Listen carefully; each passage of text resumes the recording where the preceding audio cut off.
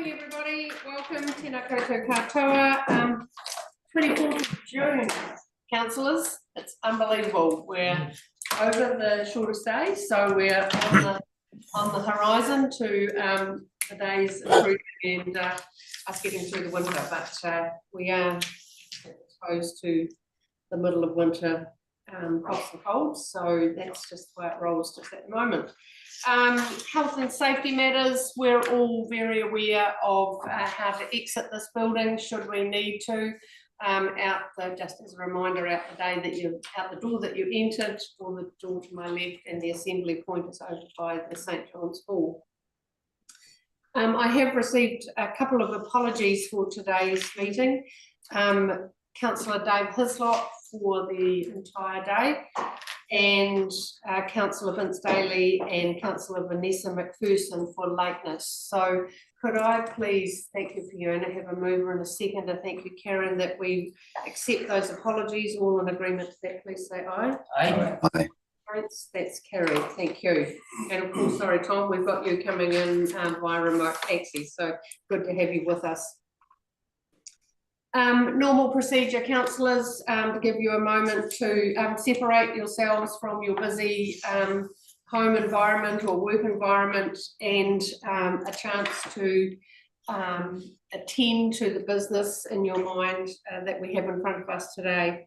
So we therefore pledge that we will faithfully and impartially use our skills, wisdom and judgment throughout the discussions and deliberations ahead of us today, in order to make responsible and appropriate decisions for the benefit of the Hiranui district at large. We commit individually and as council to the principles of integrity and respect, and to upholding the values that we believe distinguish and enrich our district. Thank you. Councillors, you will have read through the agenda for today, and can I just note if there is any conflict of interest to be declared in regard to any of the items on today's agenda? I'll be conflict of interest on item 5.7, the attendance at the conference. Yes, probably doesn't constitute a conflict, but we'll have to note, and thank you. I'm guessing Pauline. Yeah, I was going to say that, but also just in regards to the PE paper number 8.4, just my membership on one of the groups that is proposed to receive there, just for transparency. Thank you. All right, thank you. Thank you both very much. Thank you, Fiona. Aspens Road ceiling. Yeah, thank you. Welcome, Vince. Good to have you here. So we've got those conflicts noted. Thank you, Graham. As normal procedure, we will be live streamed, and the meeting is being recorded for accuracy. Thank you. Just want to check in, councillors, to see if there's any matters of urgent business before I check in with you the separately circulated information. So no urgent business to attend to today. Thank you. So just to make sure that you have all received and had an opportunity to read this is not 5.1 item, sorry. Yeah, so this, Jason, that you've just sent out now is the minor changes that were made to the annual plan that was sent separately on last week. So you've got that. Yep, thank you. And the annual plan document. Yeah, correct. Yeah, that's right. Sorry, I beg your pardon. So we're talking about this in its entirety, and this is the wee amendment that Jason's just received this morning. So thank you. And councillors, you will have received yesterday some supporting material for the Moody Street deputation that was circulated. You should have received that yesterday, late afternoon maybe, and no doubt you've made a priority to read through that information. So thank you. If there's nothing more, we will head through and look at the confirmation of the minutes. And just a reminder before we do so that we have got deputations at 1 o'clock and 1:15 for this afternoon. So I am going to try and keep to our timeframes today, particularly looking at breaking about 12:30, so you've got time before we need to be back here around the table at 1 o'clock to welcome our deputation. Okay. Thank you. So, councillors, we'll just work through the minutes that we've got in front of us, and the first ones we need to attend to is the council meeting looking for accuracy for the May the 27th meeting. I assume that you've all read those and you'll have a marker on the page if you've got anything you want to bring up. So I'm just going to quickly page turn 4 and 5. Probably what Graham was going to say, just a wee typo in that second motion there on page 5. Oh. Yeah, okay. Just where it says CL, Madam Mayor, it should be council. Yeah. CL is an autocorrect. Yeah. Should say. Yeah, okay. We picked that up. Well, good spotting, Karen. Well done. Page 4 and 5, 6 and 7 for accuracy. Thank you, Pauline. Just a minor thing, on page 6, 1, 2, 3, the fourth paragraph in regards to where I commented about the first choice of Brownsbridge. It was Brownsbridge Avenue or Brownsbridge Crescent. It's probably important that it's not just Brownsbridge. Oh, okay, yeah. Oh, you're good. Sorry, page 6 and 7, accuracy, 8 and 9. 11, 12, 13, Robbie, thank you. Yeah, page 13, 2, 3, 4 paragraph down, where I've talked about the funding for civil defence emergency. I wasn't saying that it was not a major issue. I guess without using the term, it wasn't the squeaky wheel. I think an accurate way would be to say that it is sometimes a lower profile issue. Simply clarifying the why. I wasn't saying that it wasn't important. Yeah. Okay, so just shifting the context that we Yeah, to be more of a positive statement as opposed to perhaps. Yes, sometimes a lower profile or something like that.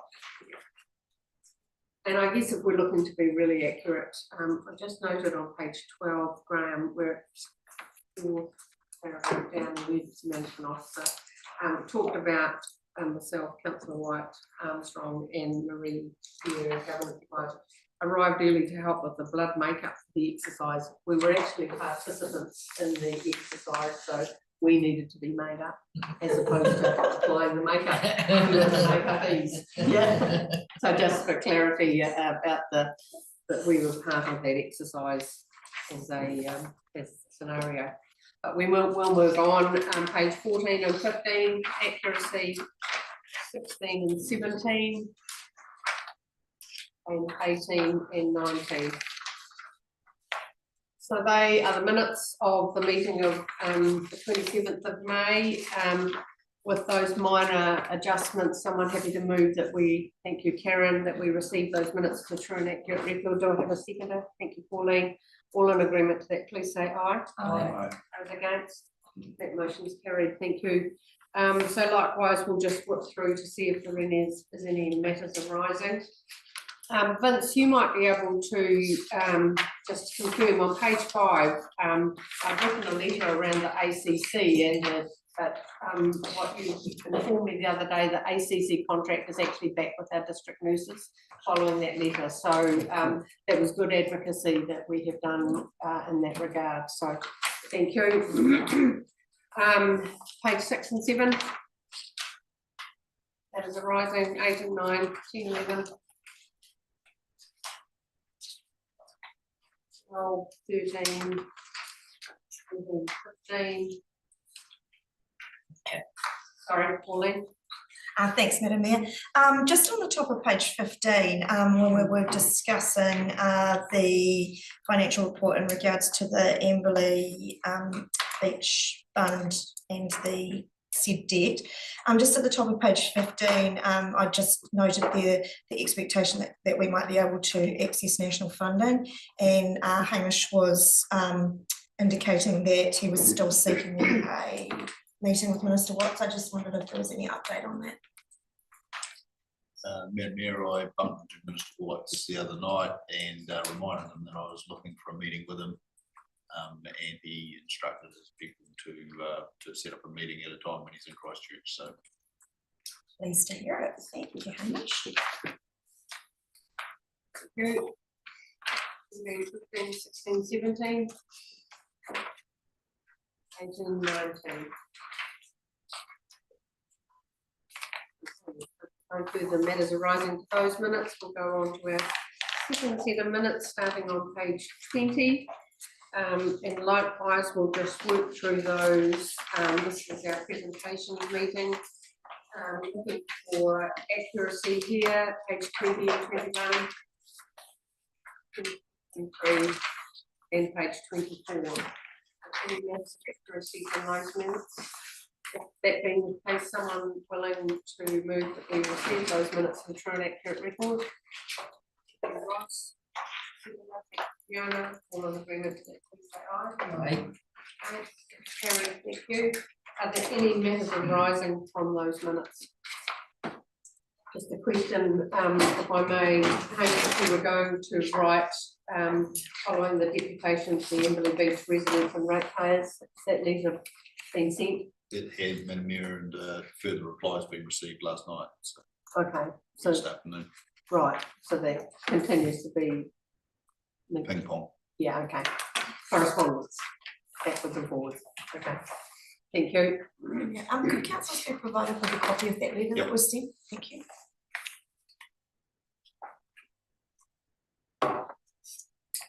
Page 22 and 23, that is arising. Thank you. We'll now move our councillors to starting at page 25.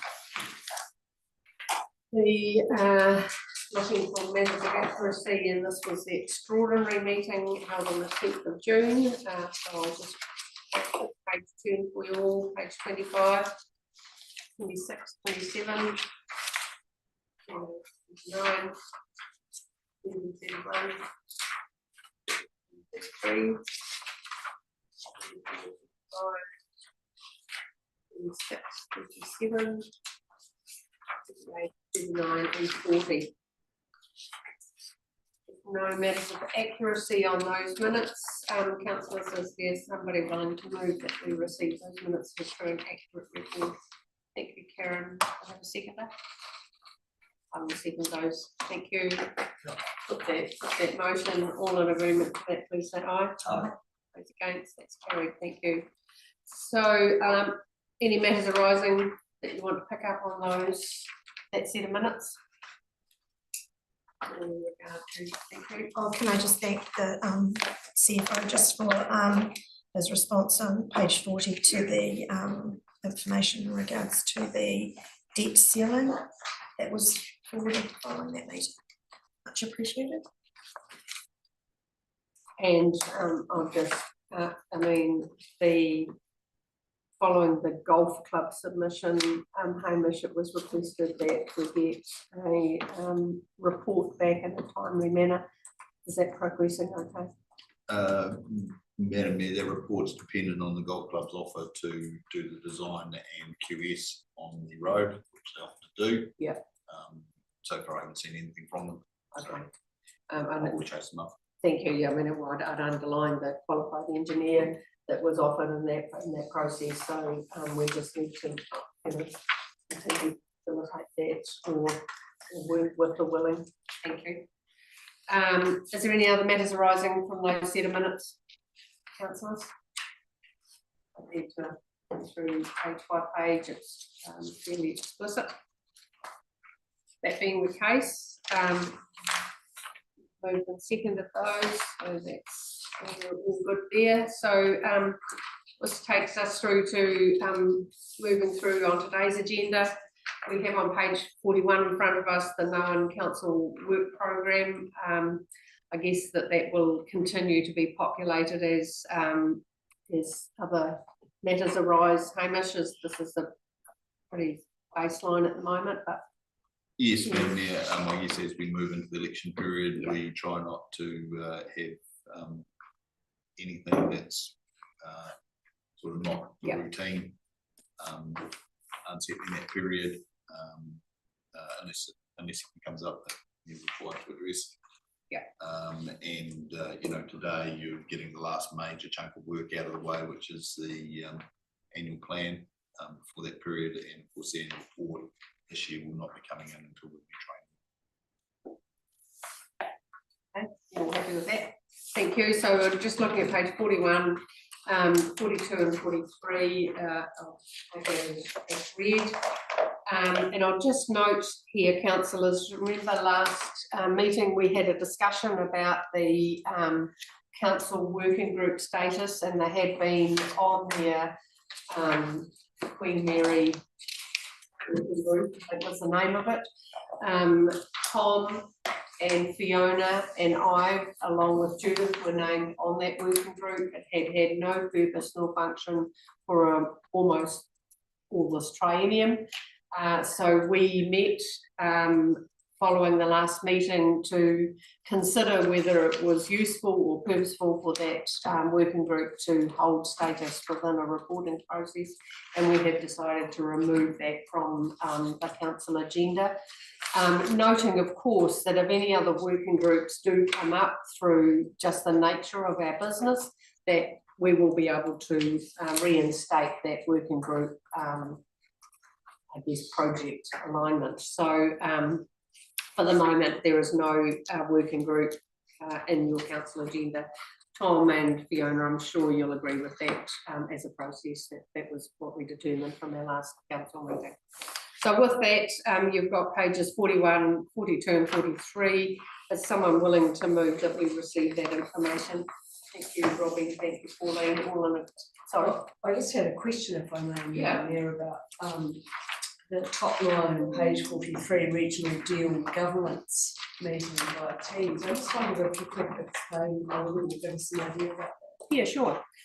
So this has come from the Canterbury Mayoral Forum. Nigel Bowen, Mayor of Timaru, is the chair. So there's a small group looking at a regional deal on behalf of Canterbury Mayoral Forum. So sitting on that regional deal subcommittee is myself, or Nigel, myself, Dan Gordon from Waimakariri,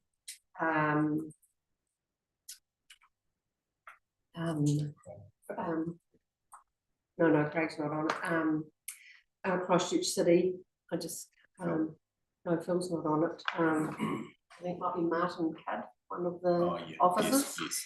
And there is going to be also some discussions with Business Canterbury.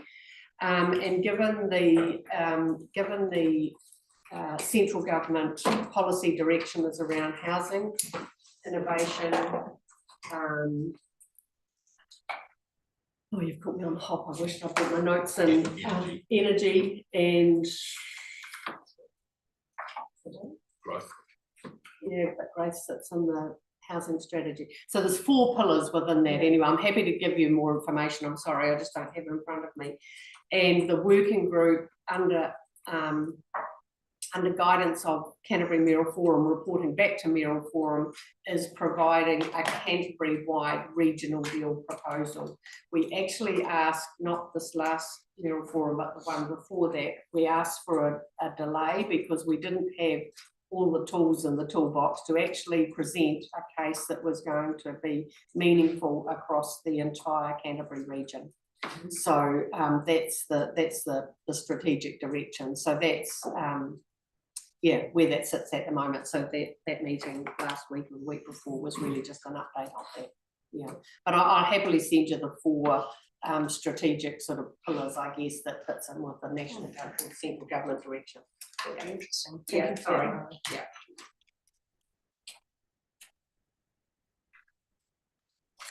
Cool. Okay, any other questions? Oh, not a question, but Madam Mayor, I've just noticed on page 43, on the 16th of June, you observed the District Licensing Committee hearing rather than meeting. Oh, yeah.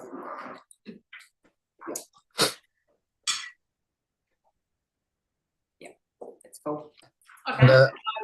Minor point there on page 43, Matariki is spelt wrong. we'll sort that as well. Well done, everybody. Thank you. Good to see that you're all like keeping an eye on what's going on. Appreciate that. Okay, so with those minor amendments, happy to move that we receive that information. Oh, we got that. Move on a second. All in agreement to actually say aye. That's carried. Thank you. Cool. So right in front of us today, councillors, we have our first decision item. It's in regard to 5.1, the adoption of the annual plan. Jason will get you to work through this. We've had a series of workshops and community committees have been well consulted through this process.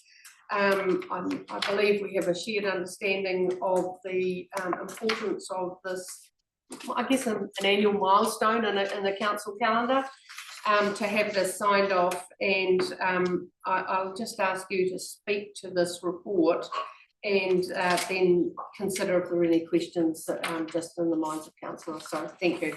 Thanks, Madam Mayor. So yeah, this is an annual process. We need to adopt an annual plan before the end of June, and that enables us to strike the rate. So there is another report immediately after this in setting the rates. But the annual plan process, as Leanne's alluded to, it's the second year of the current long-term plan, and a lot of that structural work was already performed as detailed review of the long-term plan budgets, but there was changes that we identified that we did allow for. Just take year 2 as gospel and adopted that. So we went through a process with the community committees, top page 45. And various council workshops as well. So we had an initial one way back in November last year, and then more substantial workshops on the 4th and 5th of March. And that culminated in the formal council meeting on the 1st of April, where the draft budget was adopted, and that formed the basis of the consultation document that went out to the community.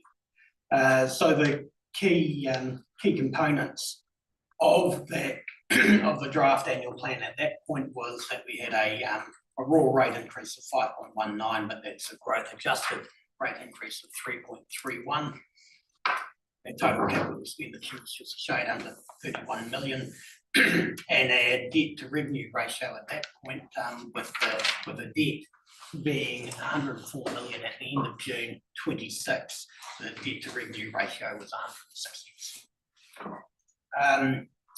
And just reiterating that year 2 of the long-term plan, we actually had allowed for a 14.49% growth adjusted increase in the rates.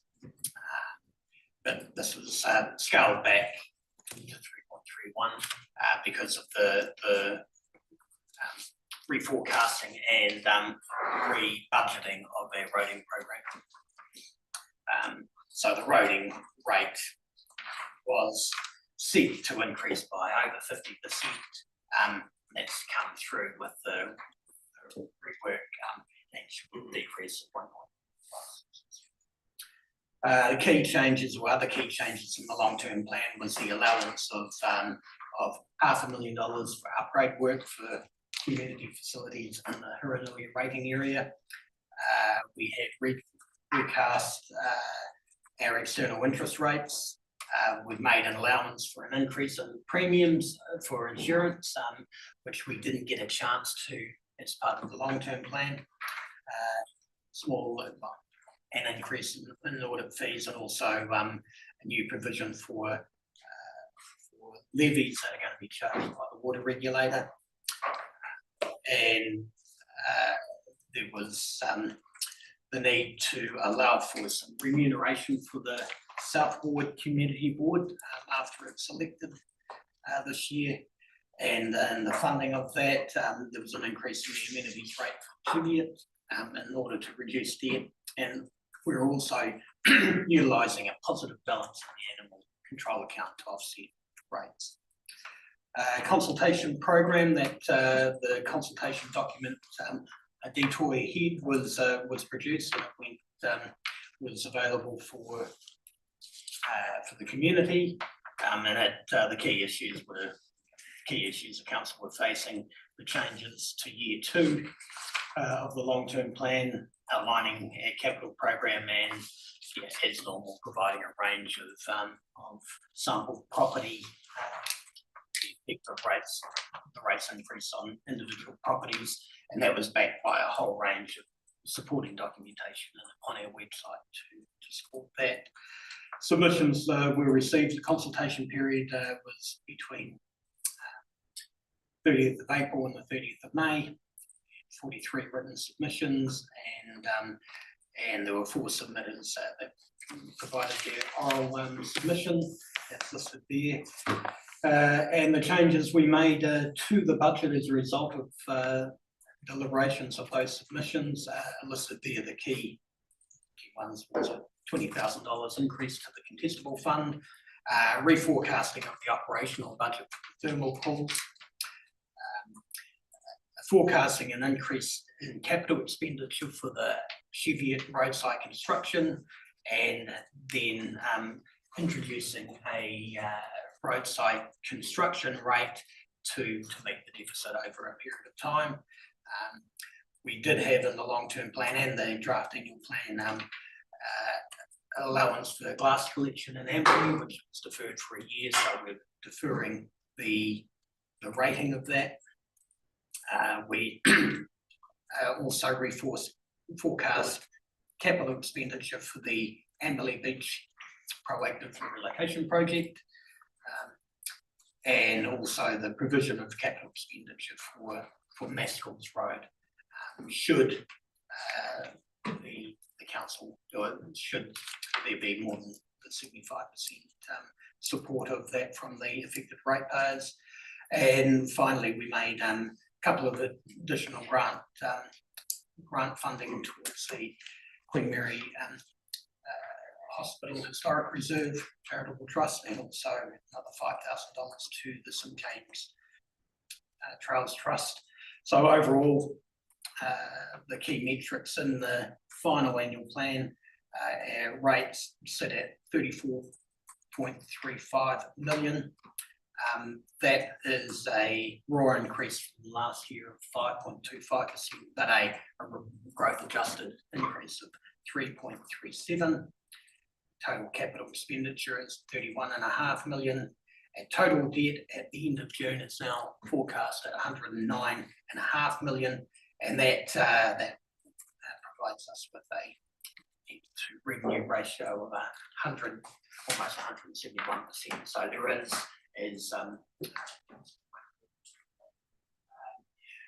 not a lot of space in the ceiling at the moment, but there are without, and as I mentioned in my email, without if there was a need to look at to bring forward some expenditure or to do something that's not specifically allowed for in the annual plan, it would.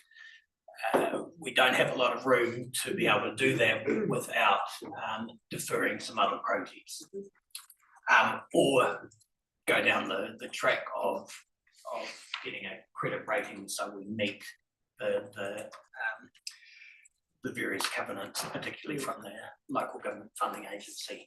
But I suppose yeah, that is just purely one of timing in respect to when the Joint Water Services CCO takes over assets and debt. So we'll I'll certainly be in close contact with the local government funding agency constantly in contact with them anyway, but just making sure that if we're anywhere close to breaching our covenant, keeping them informed so we and take advice on what we need to do if we need to urgently go and get a credit rating. It can be done, and it has been done by councils in the past, so there's no dramas and Can I ask a question, Madam Mayor, through the chair, just in regards to that credit rating that would allow us to exceed that 175,000, 175% threshold. I was under the impression that that was in process. No, I've held off, only because there is a cost of doing so, and a significant, not an insignificant cost. It's about $60,000 to $70,000 to get a credit rating. And if we are moving about 70 or 80% of their debt to another entity, we don't, there is no need for the council then to hold that credit rating.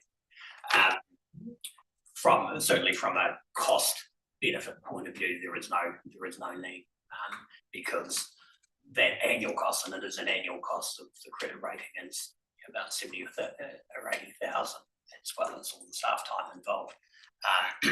You get a slight reduction in the interest rates, but it's certainly not enough to cover that cost. But if we weren't,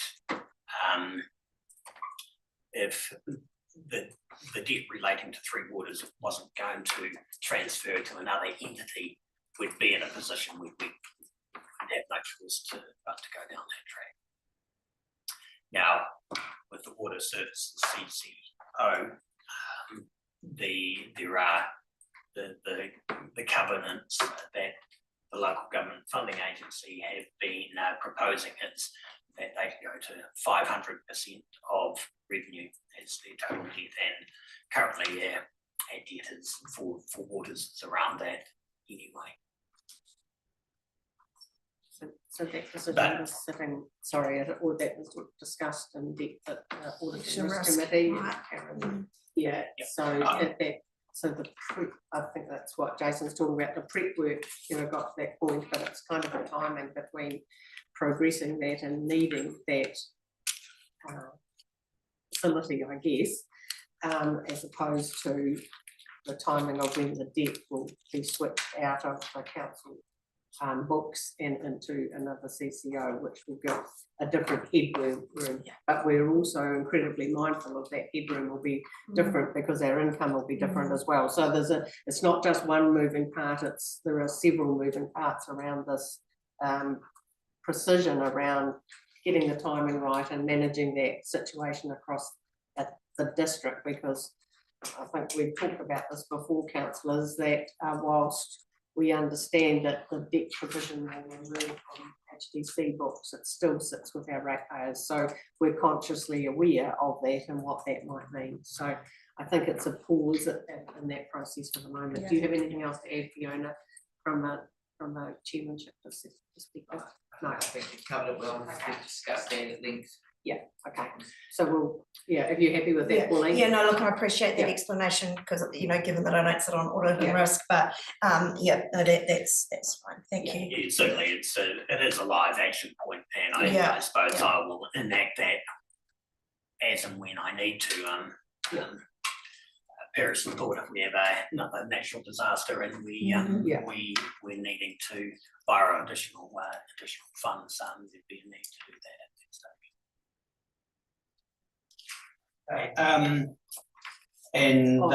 Sorry, Jason. Oh, Ross, yeah, sorry. Thank you, Madam Mayor. Look, I just really want to, I know you explained it before, but I'd like to do it again on page 46, section 100 of the Local Government Act 2002, and that our operating revenue is set at a level sufficient to meet the year's projected operating expenses, and then counter to that under section 101 of the Act enables council to record a level of operating revenue at a different level. So there's two parts of the Act there that one we're breaking, but then we're getting out of jail by the other Act.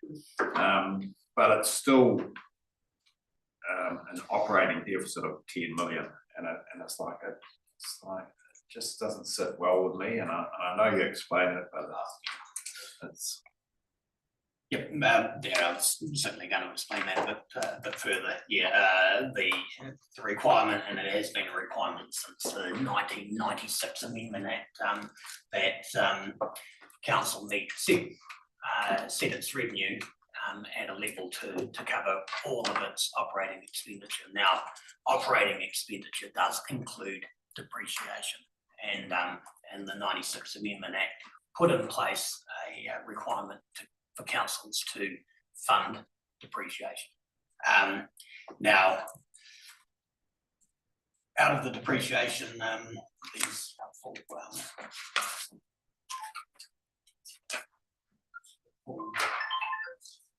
for number is on page 15. It's just a shade under 20 million for the year, and of that 20 million of depreciation, 5.8 million relates to Three Waters, and we are only starting the process. We're only a year into the process in funding depreciation for water, and also depreciation for roading is 10.5 million.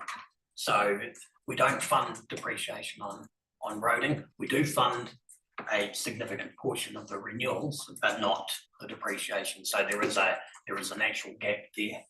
And also we've got a whole range of community facilities under public services there of just over $1 million of depreciation, which we don't fund depreciation on. So community halls, pools, those sort of things aren't funded from the depreciation on those aren't specifically funded from rates. So we can set the rate level higher to meet section 100 of the Local Government Act. But, and we are working to that, particularly for Three Waters. But we've made conscious decisions over the past not to fund items of depreciation. So that's why the $10 million, a good $10 million of that unfunded operating expenditure is specifically depreciation. Yes, thank you. Yeah, Jason, just a minor, I could have this wrong, a minor adjustment under section 101 subsection 1. Should that not be section 100 subsection 2? I just think it's probably important to get it right if it's, I may have that wrong, but section 100 subsection 2 says despite subsection, a local authority may set projected operating revenues at a different level than required. Okay. So we'll have to look up there just to get that. Yeah, just wanted that to be accurate.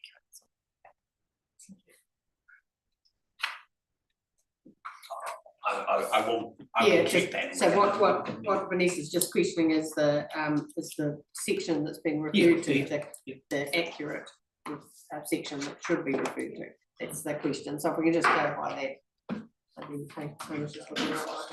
Yeah, we might get that in a minute. Thanks, Jason. It's been a little while since I've specifically read that. That section. Don't worry, we'll get it clarified and then we'll have that.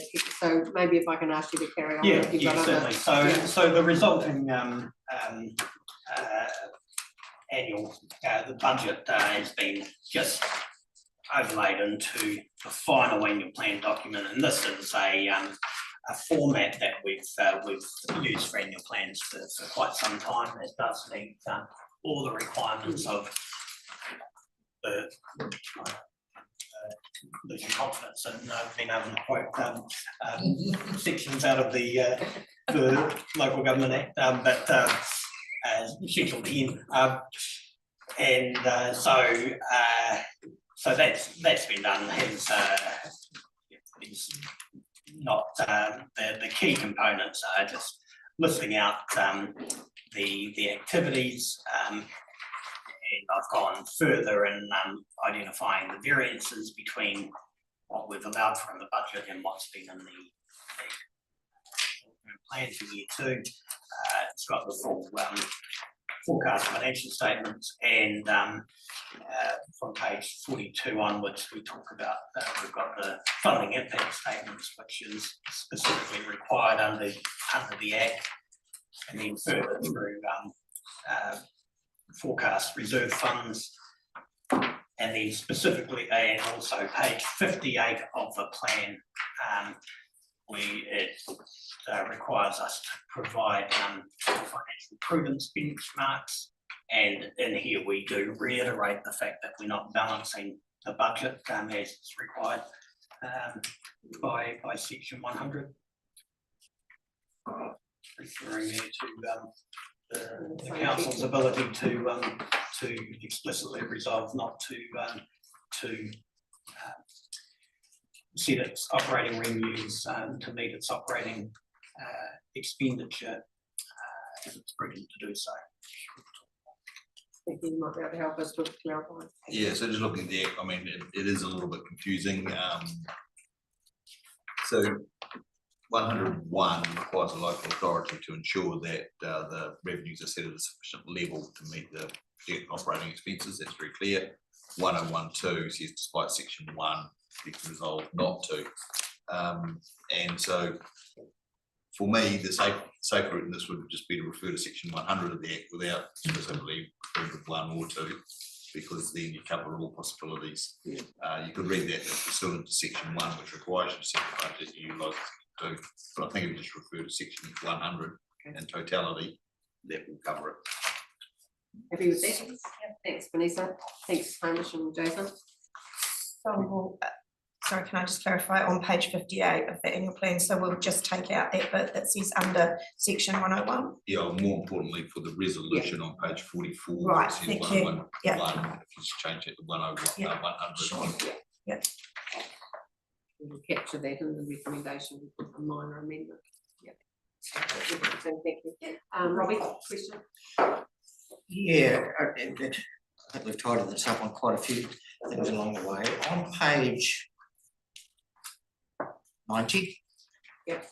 Is that, we refer through this document as, Amberley rating board. Is that now Southport as opposed to like the Amberley Township or? Yeah, we've referred to it as an Amberley rating area through our document, and that just sort of tries to replicate what the rating areas are different to the ward areas. For the Amberley rating area in the South Ward, there is no difference. I suppose it was just consistency with how the rates had been set previously moving through, but it is, But it's referencing trying the to make location as much as anything. Yeah. Yeah. Are you happy with that? Yep, We'll leave it as it is then, just for referencing and consistency, I guess, from one plan to the other. Yep, thanks, Jason. We'll carry on. Yeah, the rest of the annual plan document, page 60, outlines our full rates policy and the requirement, some of the information that's required under the Local Government Act. We've got the breakdown of rates. The specific page 71 through to 74 are the actual rate factors to the that we set our rates on, and then the raft of rating maps attached to that. Now the separate handout, and I've emailed it through as well for Tom's benefit. Yeah, it was just a couple of errors in the version that was sent out on Thursday. Now there's a raft of page numbering references that have been fixed, and a few other formatting issues that have been just resolved. But the items that changed as far as any words or numbers on page 28, the other income, this is just referring to the variances from the long-term plan. Other income had decreased by 810,000 due to Wakakatahi providing less subsidies towards, particularly towards the low-cost, low-risk projects that we had allowed for in the long-term plan.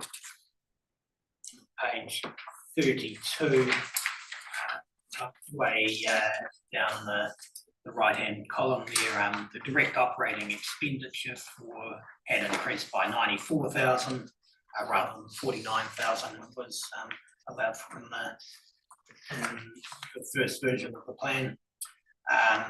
Page 38, there was just a little bit of formatting's been fixed there, but also just the conclusion of that final line relating to capital projects.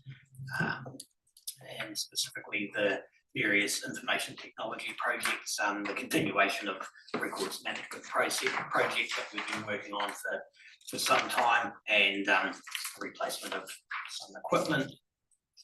And then finally on page 43, there was just an error that I picked up in the weekend, that the funding impact statement, there's a line item there, sources of capital funding, it's an increase or decrease in debt. It was actually an increase in debt of 18 million, rather than a reduction in debt of 1 million. And the other side of it was just the increase or decrease in reserves.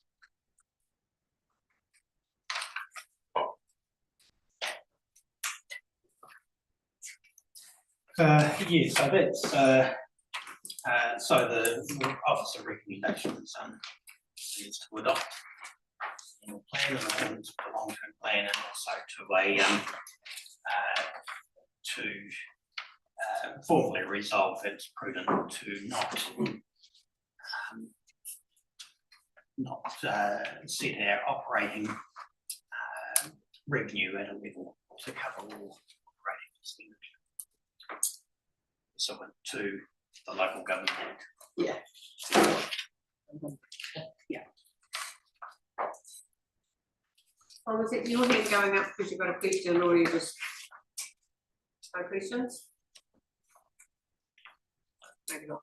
Okay, councillors, we've had an opportunity to listen again to Jason and talk us through the journey, I guess, that we have been on as a district that is considering this annual plan 25-26 projections, and understanding the history, I guess, of getting us to this point in the projections for the incoming year.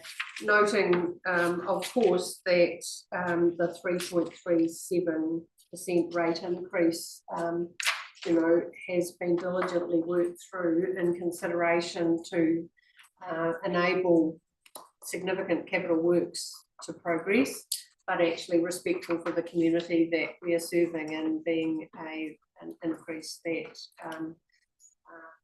we believe reflects the need or the desires of our community as we sit at the moment. So with those minor amendments that we've talked about, we can probably look at the recommendation on page 14 in your report, if there is no other questions from councillors. Are you satisfied that you've had all the information you need to make this decision? And if so, I'm looking for a recommendation. Thanks, Karen. Thank you for this, Jason.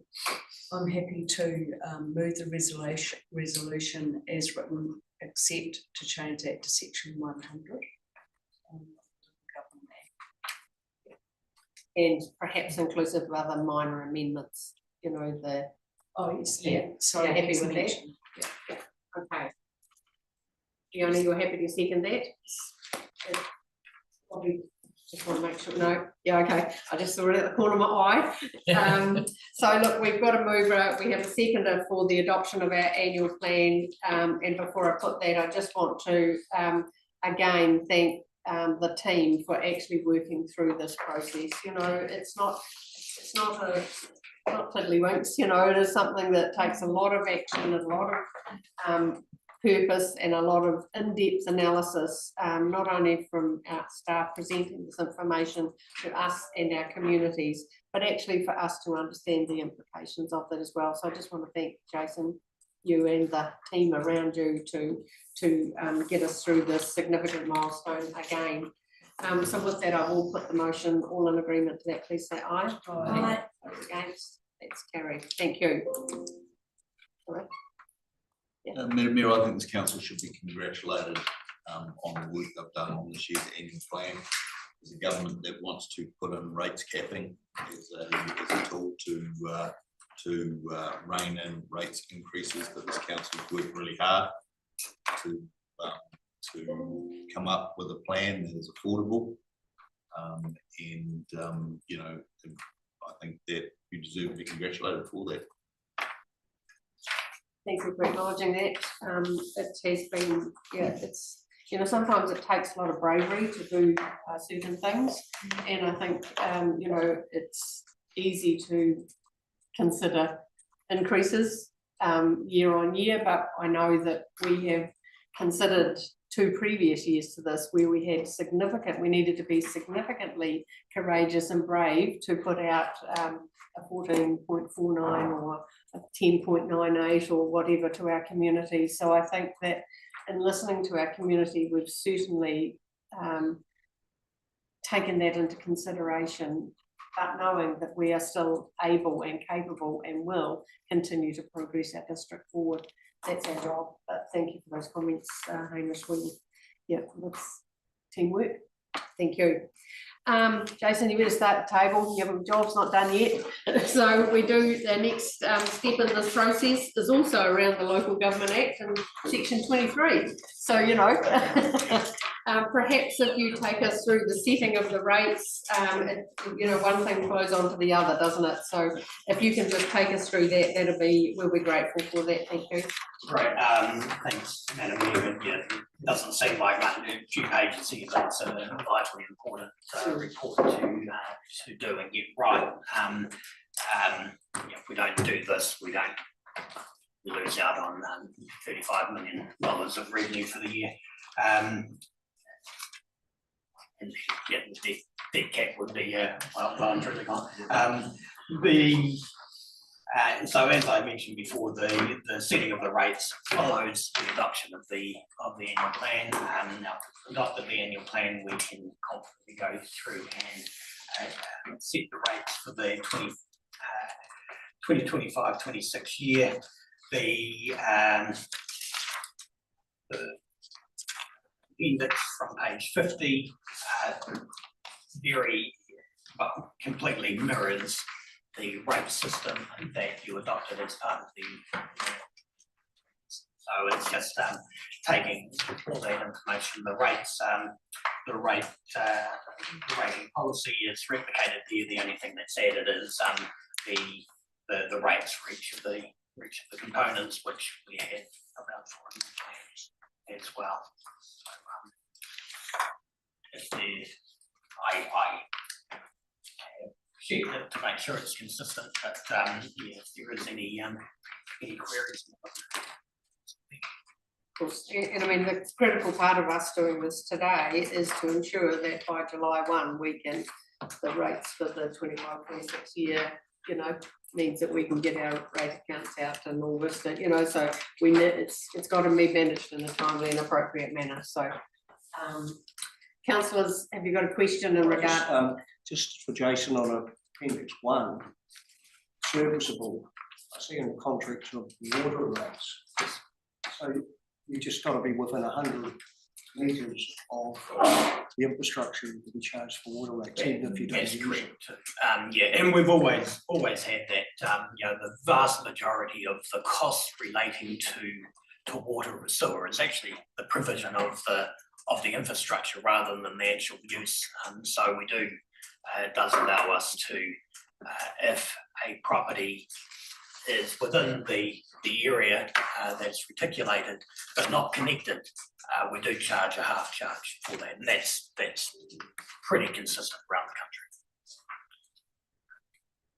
But it does refer to the fact that if you are within 100 metres of reticulation or 30 metres for sewer, that you will be charged for it.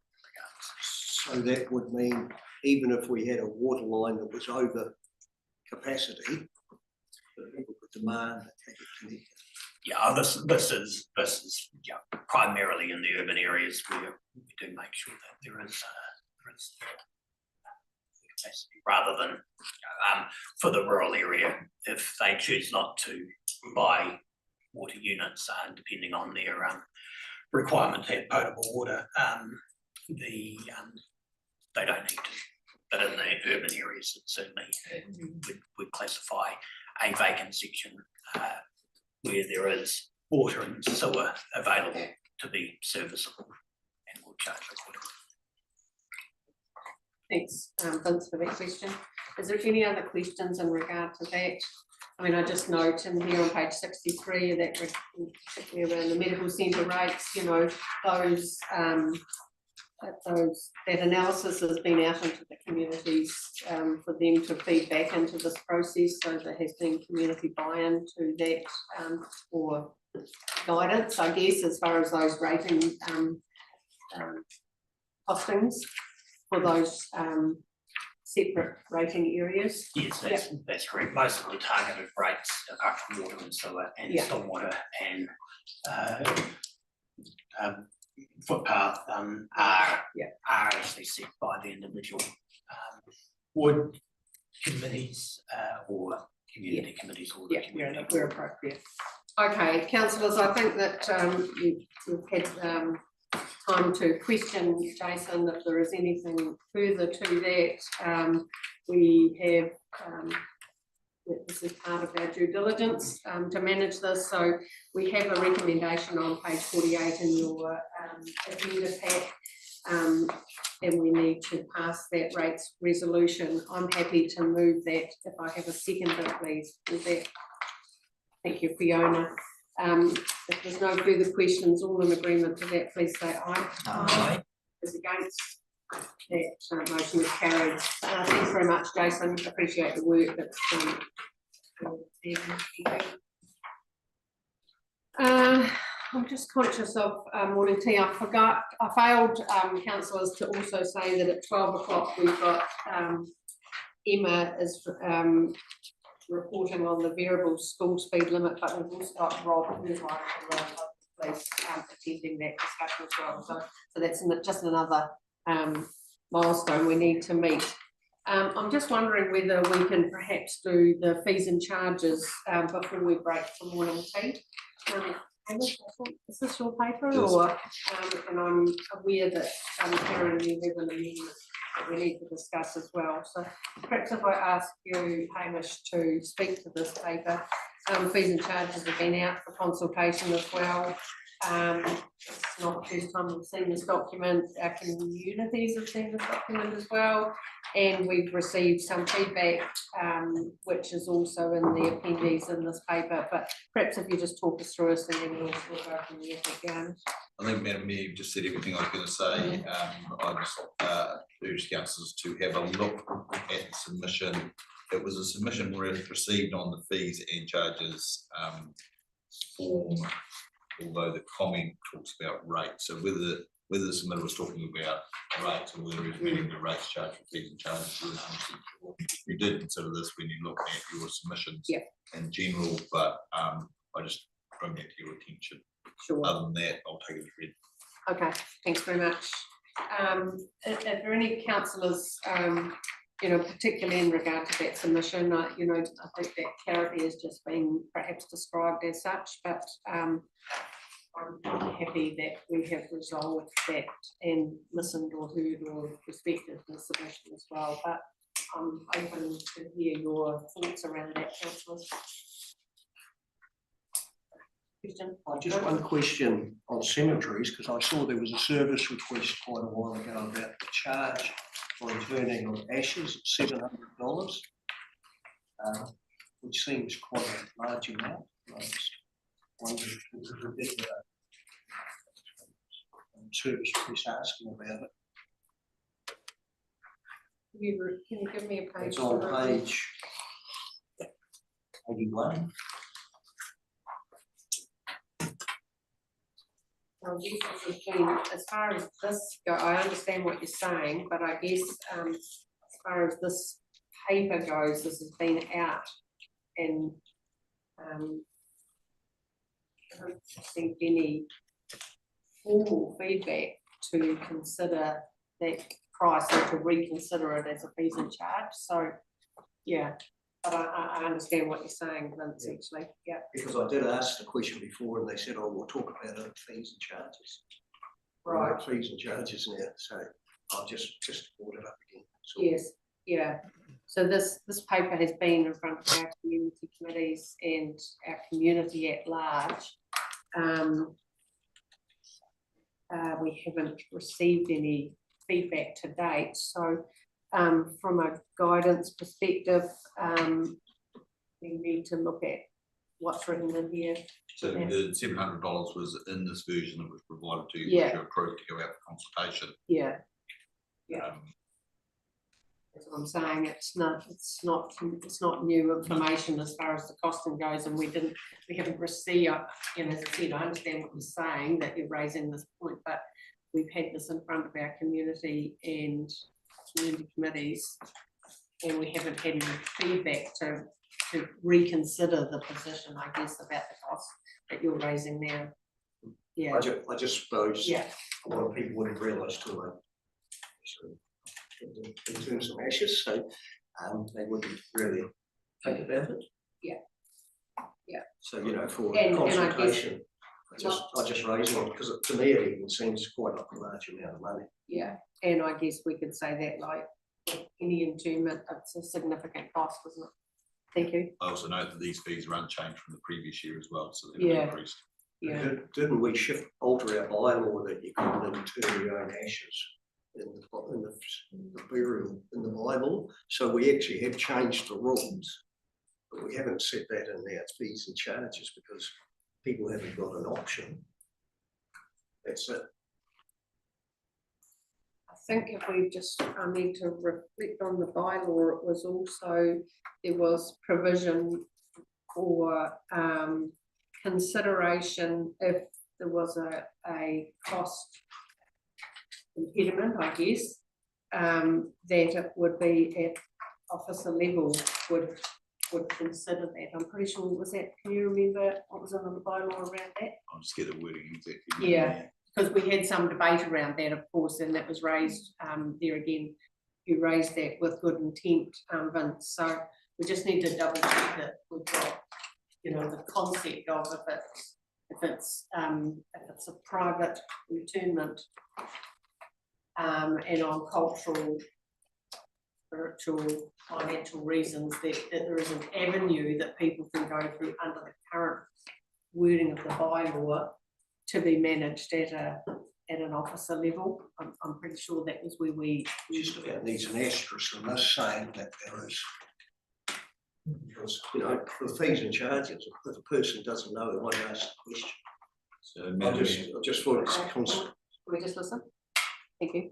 6.5 in the bylaw, when applying for an internment warrant, a person may request dispensations from the requirements of this bylaw for cultural or religious reasons or due to special circumstances.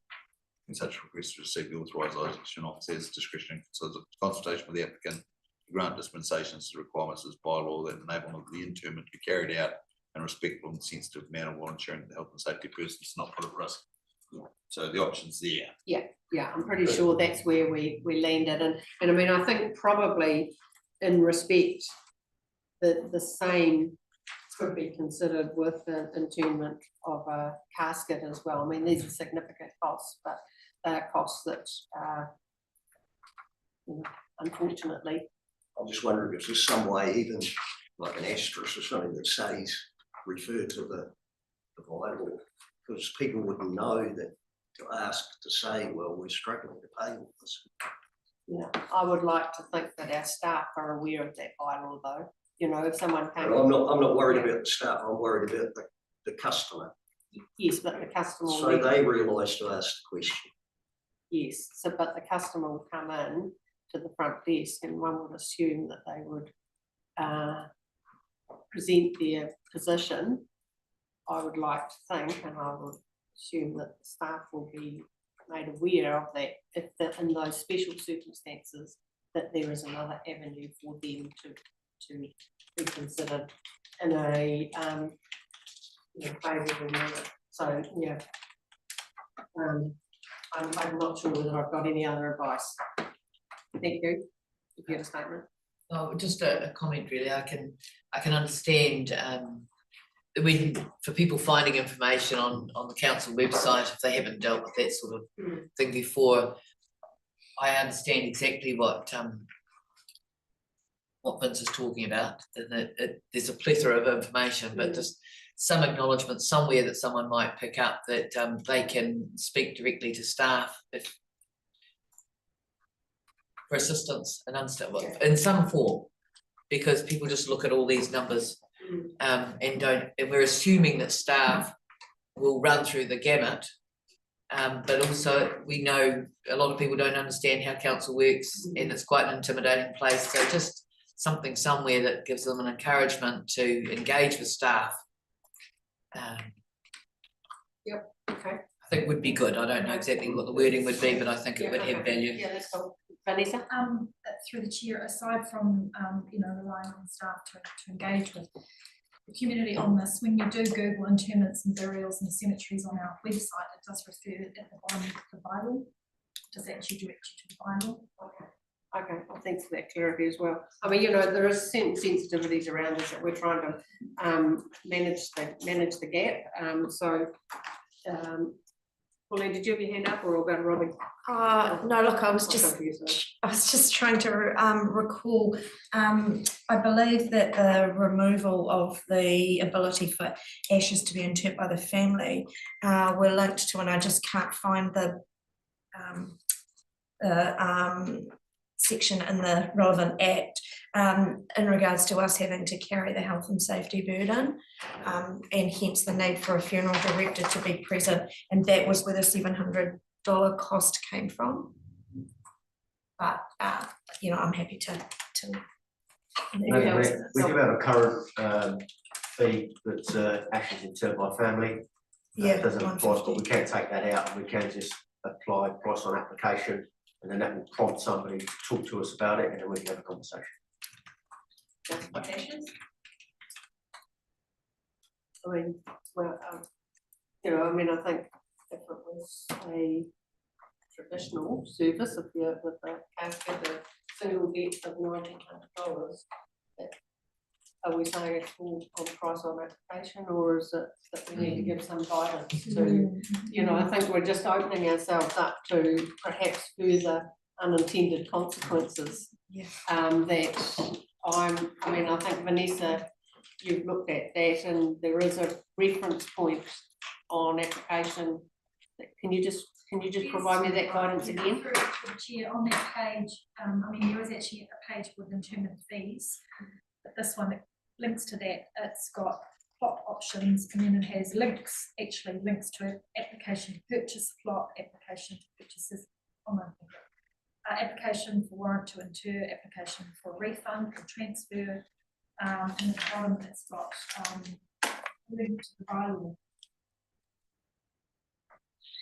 So having that rich discussion, councillors, and it's great that you've raised this because it does question how we're going to get the best outcome for, we talk about the people we serve. So I'm not, I think it's good that we've had this discussion, but does that give you some sense of comfort? Does that actually, if you are making that application, it actually directs you to the bylaw, which then in turn, when we know the costings, that they know that there is a pathway that is available to them, because we actually had this debate when we revised the whole bylaw as well. So has that given you some comfort that we've got a good system in place?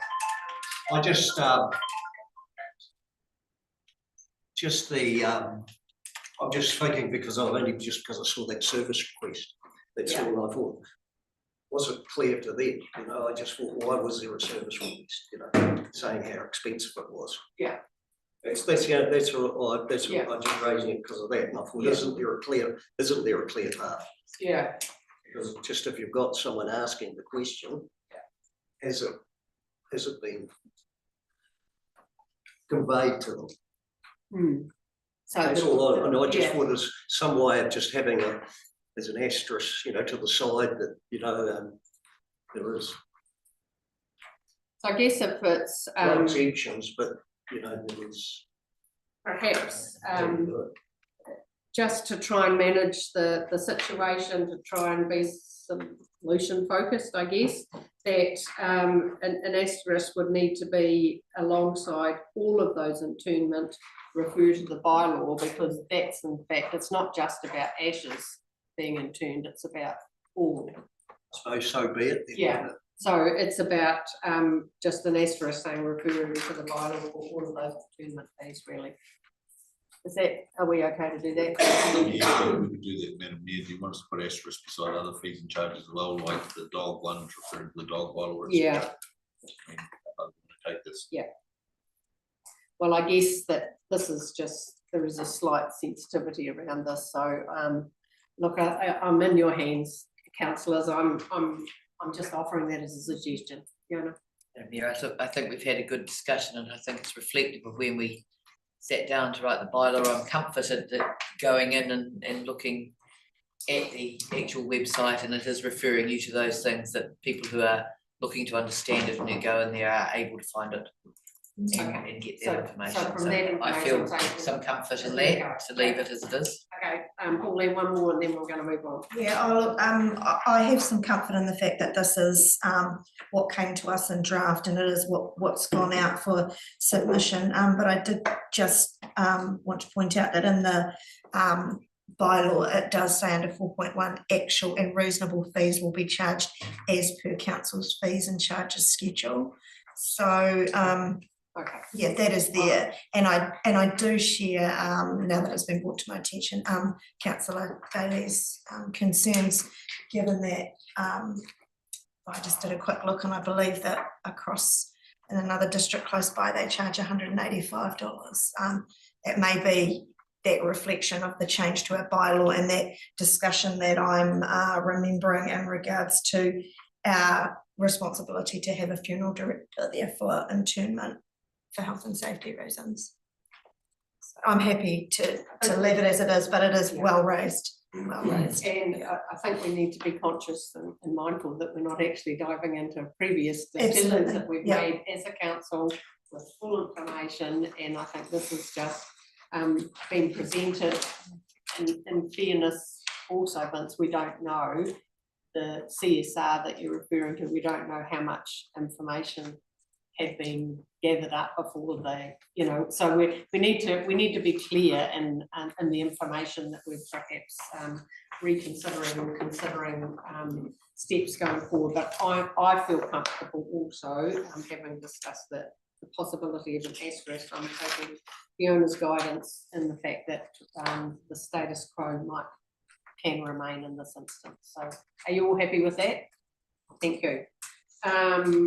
Okay, so what else do we need to discuss? I think, Karen, perhaps I'm going to throw to you over the hardened domain issue that I'm not yet. Yes, perfect. Thank you very much, Tony. So if I can just ask Councillor, or draw your attention to page 80 in campgrounds, which is the paid for in fact for cemeteries on we were just looking at. You'll see there hardened domain showers per person $3. And that indeed is what went to the Hiranui Community Committee earlier in the year, and that was completely current and agreed upon at the time. Last Tuesday night, I attended a meeting of the Harden Reserve Advisory Group meeting, and this is in the context, I guess, of the United Rugby Club taking over the kitchen in the premises. The United Rugby Club have now sort of got more fully to grips with the whole building and the fact that they're responsible for the whole thing. And they've noted that there has been some recent repairs required to the showers there, which were the showers that were being made available by way of access from a key caretaker for the camping ground. And so they've withdrawn the access to that for those facilities now to camping ground users. So that means that the showers and the toilets in the United Rugby Club are no longer able to be accessed by people that camp in the campgrounds. Now that just came to the light at that meeting last Tuesday. So what I'm going to suggest, and I do apologise it's a late amendment at this point, but if we could just delete that line, showers per person $3, the powered and unpowered site charges are to remain as they are. There are public toilets, of course, just within that domain anyway, but the expectation is that the campers will be self-contained in terms of showers. And the NZMCA folk, who are probably the main users, members of that New Zealand Motor Camps Association.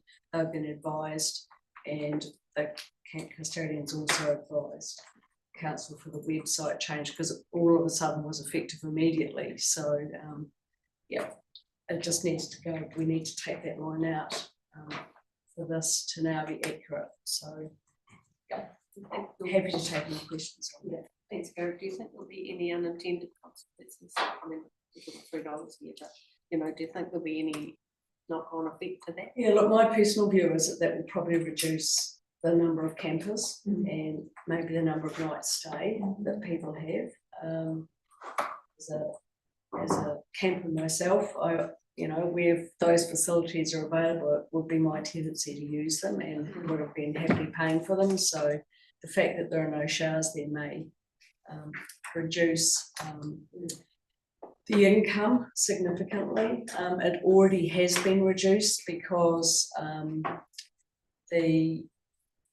basically the group that oversees this have gone with the provision under the Reserves Act of limiting the number of nights that people can stay there anyway. It was a bit of a sort of a temporary short to medium term stay for some local folk that couldn't find housing, affordable housing locally. And so they'd already had some reduction, and this may lead to some more reduction. But yeah, that's obviously within the rights of the United Rugby Club or any building to make that decision. So we just need to respect that, really. Thanks, Karen. I think we've probably had a good discussion around the fees and charges and the information and the minor amendments that will be considered with that. So just looking at the recommendation of, sorry, Robbie, I'm about you. I didn't mean to. Look, it was just a question around the recommendation around that. So Rockhampton Springs, do I take it that if we go to page 85, we're being asked to endorse some new charges that have been put forward, and if so, is the Hammer Springs Community Board happy with that? Costs, do you want me to speak to those? Yep. Yep, those costs have been put in place by the trust, and the trust are incredibly mindful that the cost structure shouldn't be an impact to the all existing facilities in Hammer Springs, and that's why a much higher threshold of tenancy or agreement with an individual organisation. So those fees are significantly higher to consider the value of who might use that building, and so the trust have put them in place. We'll take it then really that those new charges can be just put over into the new charges column. Yeah, because they've never been through before. So they haven't, to answer your question, they haven't been in front of the Hammer Springs Community Board, because this is just, it's a confusing one, because these have been set by the trust separately. Yeah, okay. Just further to that, Madam, can I just clarify, they weren't included in the draft fees and charges that went out, and that's because of those reasons that you've just given. I guess I'm just putting that out there for anyone who might be listening for transparency. That's right. Which is that they're not submittable on, I guess. Correct. So they've been set in place by an independent body outside of council, but there is that awkward understood notation of who owns the building, and but the trust has put those costings in place, but those costings were put in place reflective of not wanting to undercut and other community buildings like the Memorial Hall or such like. So that's why a higher fee charge has been established. Thank you, and I appreciate work in progress. Yeah, I appreciate that commentary, because I did ask about the charges for the Soldiers Block prior to the opening when we were looking at the draft. So yeah, I appreciate that. And I think just by virtue of supporting that will be a review in 6 months to see whether the pricing is sitting about right or not. So it's a bit of a bit of a wait and see. The trust are in uncharted territory as well. Yeah. Thanks, Robin. That's it. I think that the whole fees and charges thing's gone through a fair old period of scrutiny, and I'd be happy to move the officer's recommendation. Great, that we consider that submission received, and perhaps may I suggest with the minor amendments, because we've got to manage the $3 and whatever. So are you happy with that, Robbie? Yes, absolutely. Great, thank you. Are you happy to second that, Fiona? All in agreement, thanks for that discussion. All in agreement to that, please say aye. Thumbs up from Tom, so that's a good thing. Thank you, Tom. Radio councillors, that was a really useful discussion and I really appreciate that, but that probably does now give us a bit of a chance to adjourn for morning tea. Can I ask that we be back seated by 11 o'clock, 10 minutes? 5 past 11, okay? 5 past 11. I just saw the look on a few faces. So.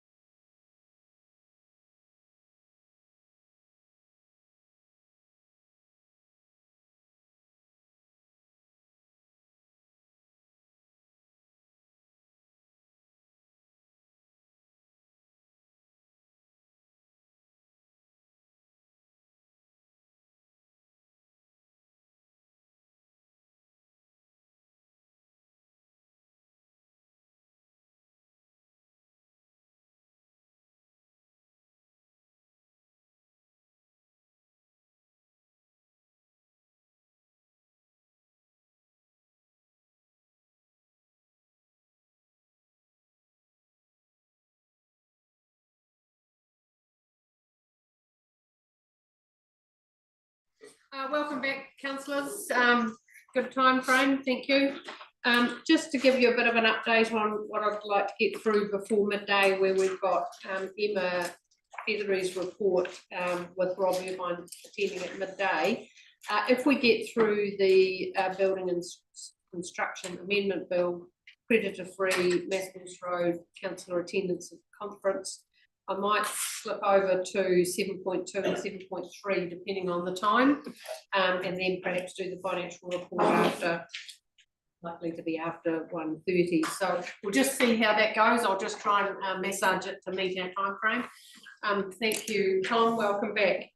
So in front of us, councillors, we have on page 115, and this is an officer submission on the building and construction standalone small dwellings amendment bill, commonly known as Granny Flats. So, you know, perhaps Andrew, you can take us through this and and see if there's any questions to clarify from councillors and what has been written in the submission provided. Thank you. Thank you, Madam Mayor. Yeah, so this is a officer submission on the Granny Fat Amendment Bill, and primarily due to the timing was the reason that it's become an officer's submission that was due to be lodged by midnight yesterday. So it was a difficult ask to get something to you before then. I guess in summary, the council supports the aim of the bill, which is to increase the supply of granny flats, as I'll call them. But we do raise a number of concerns about proposing, and hopefully I'll be able to answer any questions that you have on that. I'm not the technical expert. This was a collaboration between Kerry and the building control team, Barry from the planning team, and myself. I'll do my best. So there are a number of concerns, and they're well outlined in the submission, and I won't sort of go into detail now. We do offer a number of practical solutions. Those are probably reflective of the industry countrywide. So I don't think there should be too many surprises in there. And I welcome any questions or thoughts or feedback. I would also point out that if you're not happy with it being the council submission, we have the opportunity to withdraw it. I'm not sure if we could amend it, be a challenge. Yeah, look, thanks Andrew for that, and you know, I guess that we are relying heavily on the expertise of your team of 3 that you've identified to provide the technical advisory to actually ensure that the bill, when passed, reflects what the need or desire of it is our community without any unintended consequences, you know, that we don't have a proliferation of, you know, buildings that actually are not meeting A, code, and B, desirable places for people to live. So, you know, I'm faithfully in your hands as far as providing that technical expertise, and I trust you explicitly on that. But perhaps councillors may have some questions around the intent, I guess, of the information in the bill as written. So we'll throw them over to Andrew if we have any. Thanks, Ross.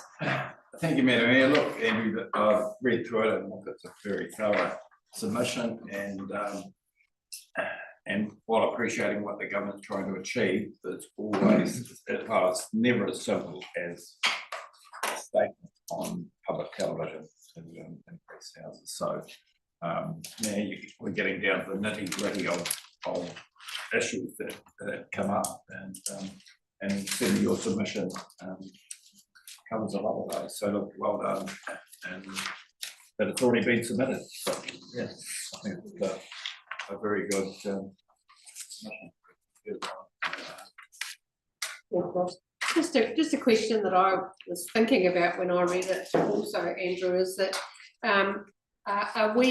is the thinking that we've reflected in this submission in strong alignment with other of your peers across other TAs similar to ourselves, or, you know, are we all asking for the same thing, which is more likely to get the best outcome that we're seeking through this information? Yeah, that's right, Madam Mayor. It's from what I've been reading of other submissions that have been coming through various forums, it is very strongly aligned, especially with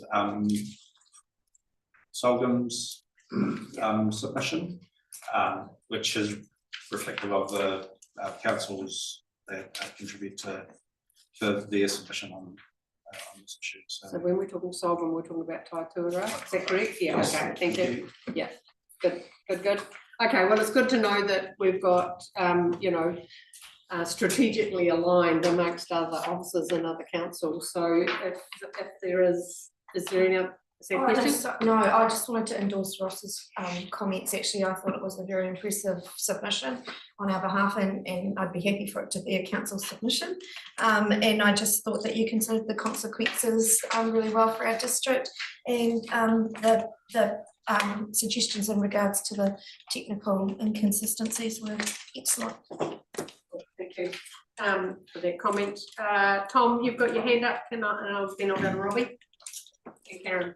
Yes, thanks, Andrew. Great piece of work. Well written, well researched. Just a very quick question. There are properties around that have a covenant on them that only one dwelling house may be on that section. Does the government's plans overrule any covenants that an owner may have when they bought the house?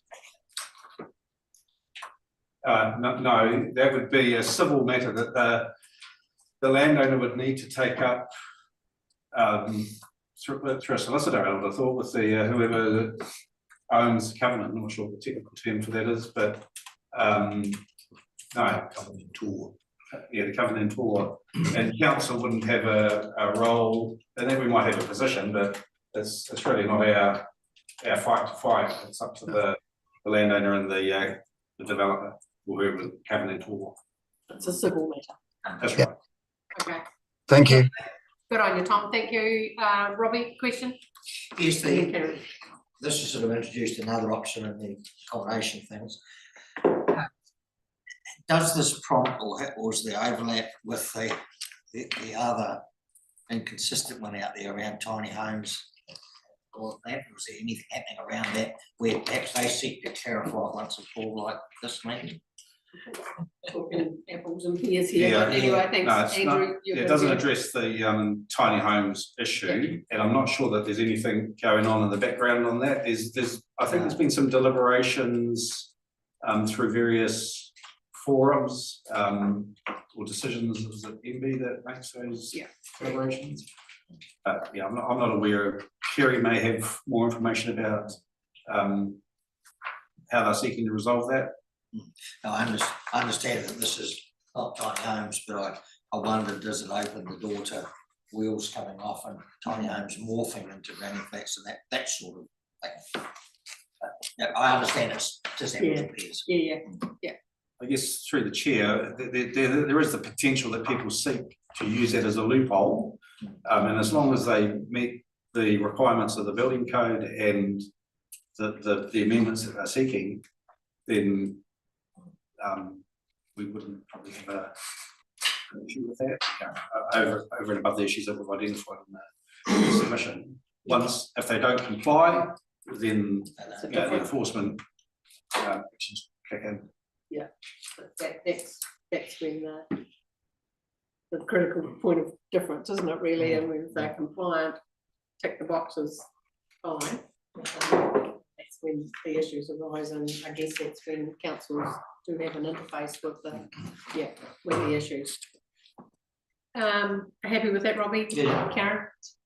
Thank you very much, Madam Mayor. So I just want to acknowledge that although we are retrospectively endorsing this, Andrew actually did send it out to all of us to have a look at, and I'm sure others did as I did, took that opportunity and gave Andrew feedback, which in my case was exactly what Ross said, well articulated, and really good to have the expertise that you've drawn on, and I think we can be very proud of the submission that's gone in.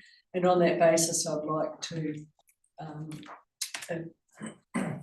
endorse the officer recommendation, that the council endorse the attached submission on the building construction, small standalone dwellings, amendment bill. Thanks, Karen, for that. Do I have a seconder for Karen? Thank you, Ross. All in agreement with that, please say aye. Aye. Those against, that motion's carried. Thanks, Andrew. Thanks, Kerry. So you're sitting quietly down in the back corner there. You're lucky I didn't make eye contact or whatever.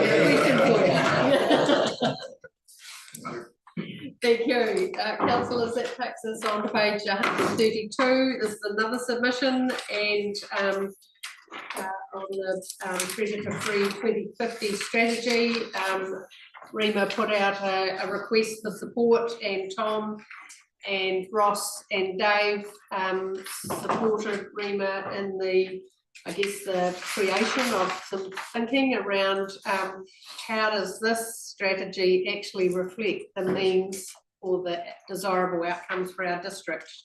And so I want to thank the councillors for that. So perhaps Rima, if you just take us through the, at a high level, and then we'll see if there's any questions from councillors around that. Thank you. Welcome. I'm sure you all read the submission and are aware of the Predator 2050 intentions, which is to remove mustelids, rats and possums from the New Zealand environment by 2050. So ultimately, eliminating predators will save time, money and effort far into the future. And significant gains have already been made. So in our submission, we emphasise the fact that it's far more desirable to maintain the gains that have been made than to spread efforts too thinly. So the technology to achieve the aims of some of the technologies haven't actually been developed yet. So we just wanted to emphasise holding the line over trying to cover the entire country and then failing, and ensuring that funding is maintained to keep the areas that have been clear. Otherwise, it's just the whole thing is a waste of time. There's also the issue of cats, mice and hedgehogs, which aren't currently in the Predator-Free 2050 scope.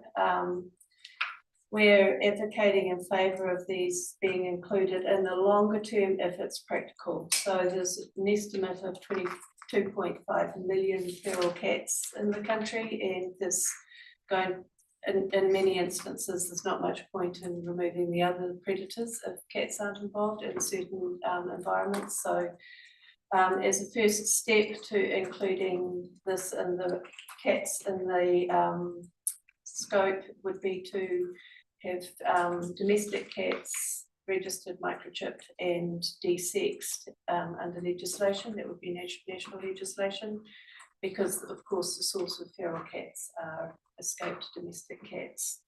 Hedgehogs and mice are proving to be a much bigger problem for the wildlife than we thought in the past, and although the technology isn't there for them to be included in Predator-Free 2050, the recommendation in the submission is that once it becomes feasible for them to be considered for being included as well.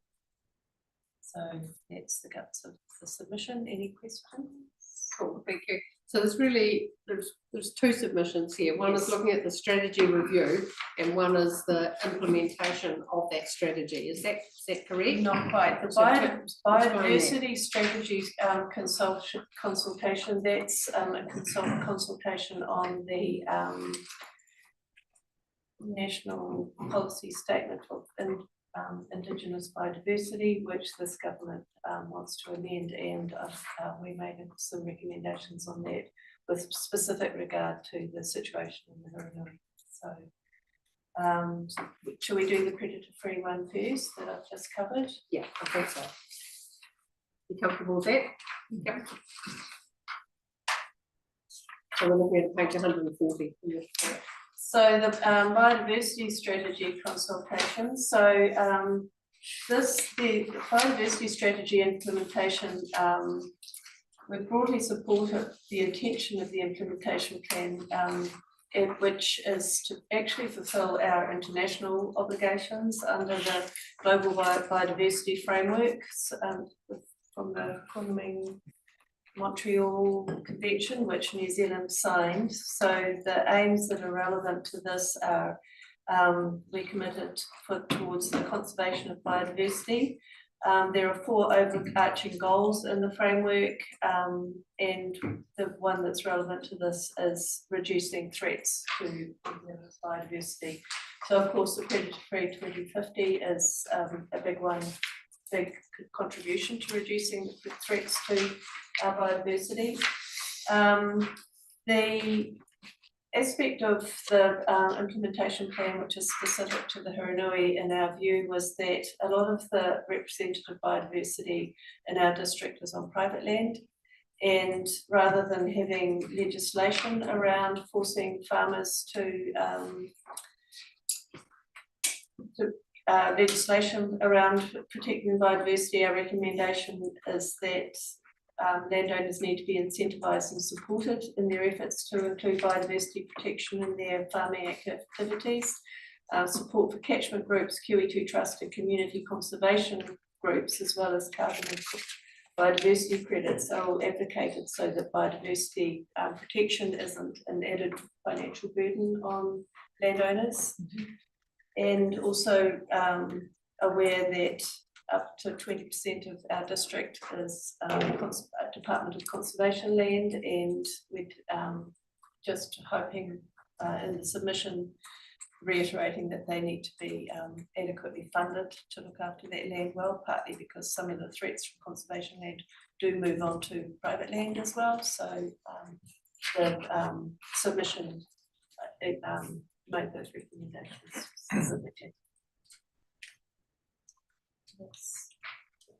Oh, I'm going to take some questions now, councillors, in that regard. So perhaps if you have a question on the strategy review or the implementation review, we'll take that, and I'm happy to flip backwards and forwards. I'm sure Reen will be able to take our questions. So questions from councillors? Can I just ask a question? When I read, I'm looking at page 140, in the focus area and the statement paid facilitators for community groups. And the final sentence talks about with dedicated facilitators, community groups avoid burnout and inefficiencies.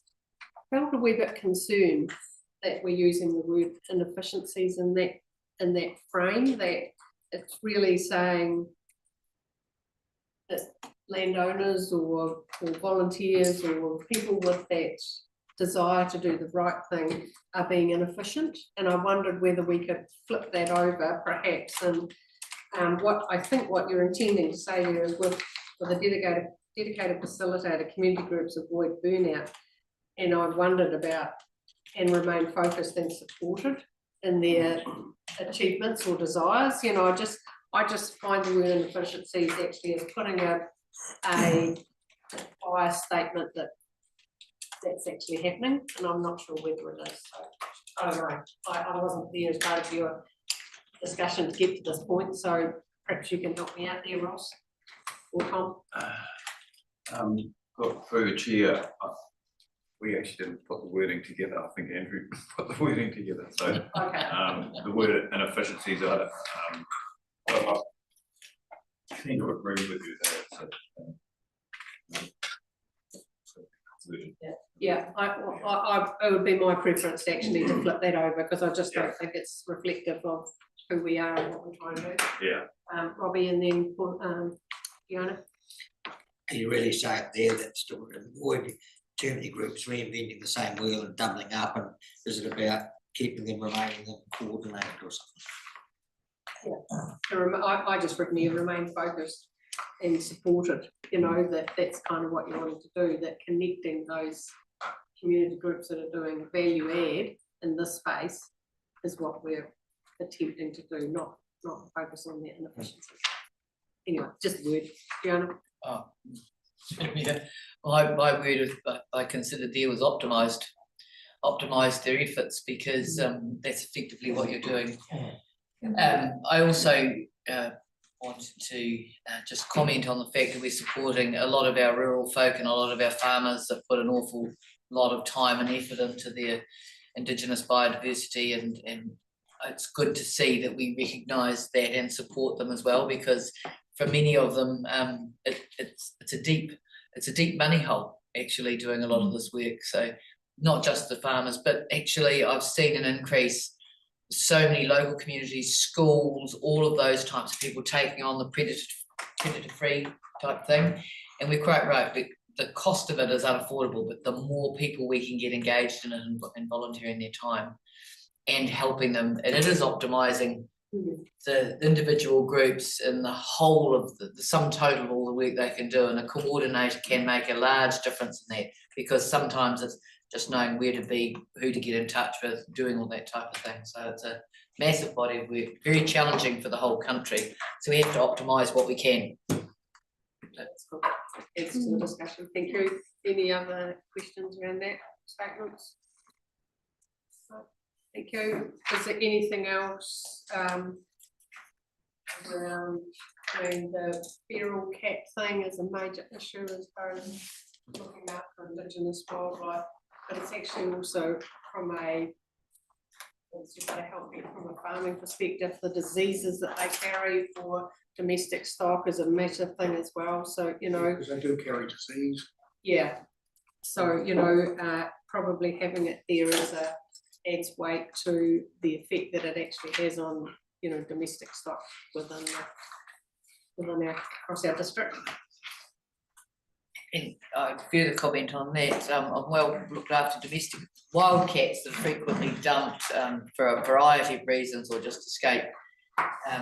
Definitely carry diseases and bring them back into and around townships and everywhere else for the truly domestic cat population that aren't out hunting for a living. So there's multiple reasons to be dealing with feral cats and make no mistake, and they're not the same beast as a domesticated cat anymore. So with that in mind, councillors, are we keen to have to be legislated for domestic cats to be microchip registered in D6? Do we support that as a district?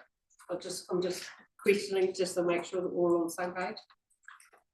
You just in regards to that, I absolutely support that. I foster for cat care and advocating for you know, work to be done on feral cats, and I know that a number of local authorities are trying to combat the issue with a bylaw, which requires exactly what you're asking central government for, but of course a bylaw is really difficult in that, you know, it's very, very hard to enforce. So I absolutely would support moving forward for a central government legislation, which is not dissimilar to what we have with the, you know, the Dog Act, I suppose, registration.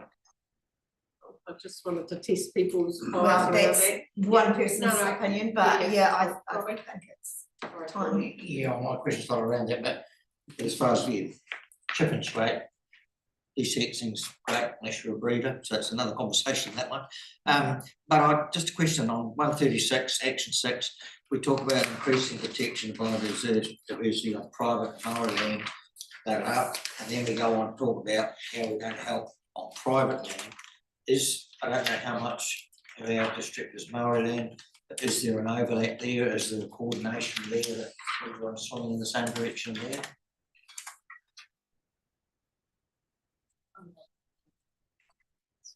Yeah.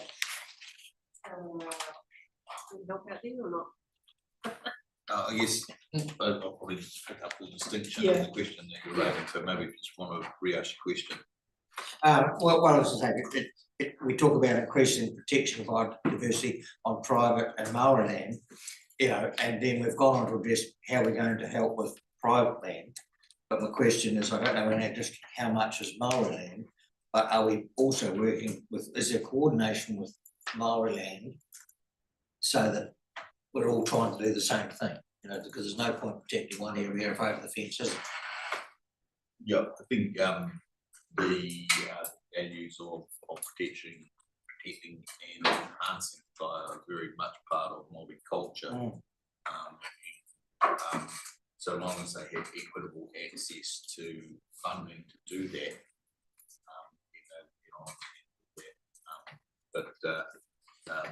you know, potentially we can learn from their culture during that process, and so it's useful to be engaged with Māori landowners on that, but potentially we're going to be learning more from them. We're going to take that through. Andrew's got a comment as well. Yeah, I'll just say that the implementation plan and the high level strategy would also be, I guess, guiding all landowners, including council, and all participants in working towards the same goal. So while there's not a lot of Maori land, as it's defined by the Maori Reserves Act, I think it's called, all of that will work towards making sure we're working in the same direction, I guess. And I guess there's reference in here also, I mean, it's actually to private landowners, you know, if one farmer A or landowner A was protecting and nurturing the biodiversity, but landowner B across the northwest fence doesn't have the same sort of value structure, you know, it's all that interface as well, that this overarching is trying to manage or maintain, that we all sort of drive in the same direction. Yeah. So I guess that's what we're talking about here. Question? There's a couple of hot potatoes, isn't it? The feral cats and then gene technology, because we're getting to a certain stage where we actually need something more than just trapping them and trying to, you know, it's trying to get that last, how do you actually solve the problem? Because we've got the Animal Health Board with the TB control, it's nearly all eradicated in the country. So if that whole program stops, and that's been used, it's sort of got it. It's actually farmers' levies that got on top of a lot of the pests, a lot of the areas, indirectly through TB. And you know, there's a few things that's not really mentioned in their strategy. How do they fill the hole? Because at the moment the levies collect to control TB, not to control pests. So where are they going to find the money to carry on those programs? Because the pests will not go away. I guess that's an issue across a whole range of biodiversity or biosecurity values, isn't it really? How do we manage and control that remit? So there's an acknowledgement all the way through that the technologies to achieve 2050 actually don't exist yet. They're being developed fast and big strides forward, but we actually literally right now don't have the technology to achieve this goal. But there's an assumption that by the time that you know, as we move along, new technologies will arise. So even their pest plants, you know, on that pest hazel committee, and we're only just holding. We're not really better, we're not getting any worse, but some areas we actually are getting weird, old man's beard and things like that. You know, so much more prevalent than it was 10 years ago. Okay, so we've had a good discussion around the intent of supporting the wording and the strategy and the implementation, and we've had a couple of minor suggestions just to alter the context, I guess. So are you happy with that, Rima? Yes, I think it's entirely appropriate. Yeah, okay. So can I see your hand sort of, are you happy to? Oh, absolutely, maybe just following on, I think there is a serious gap, as mentioned with the TB, the different agencies that are covering different parts of it. You can hardly go anywhere without tripping over a possum these days, and for years you never saw them. And they're coming out of the rivers. ECAN and various other groups have, they're coming out and going through, and they carry things with them as well, other than TB, but they're really, really destructive on flora and fauna. But having said that, I'm happy with the discussion and that we've had some contribution, and I'm happy to move with those minor. Yep. Okay, thank you, Fiona. Do I have a second? Second, thank you. All in agreement with that, please say aye. Aye.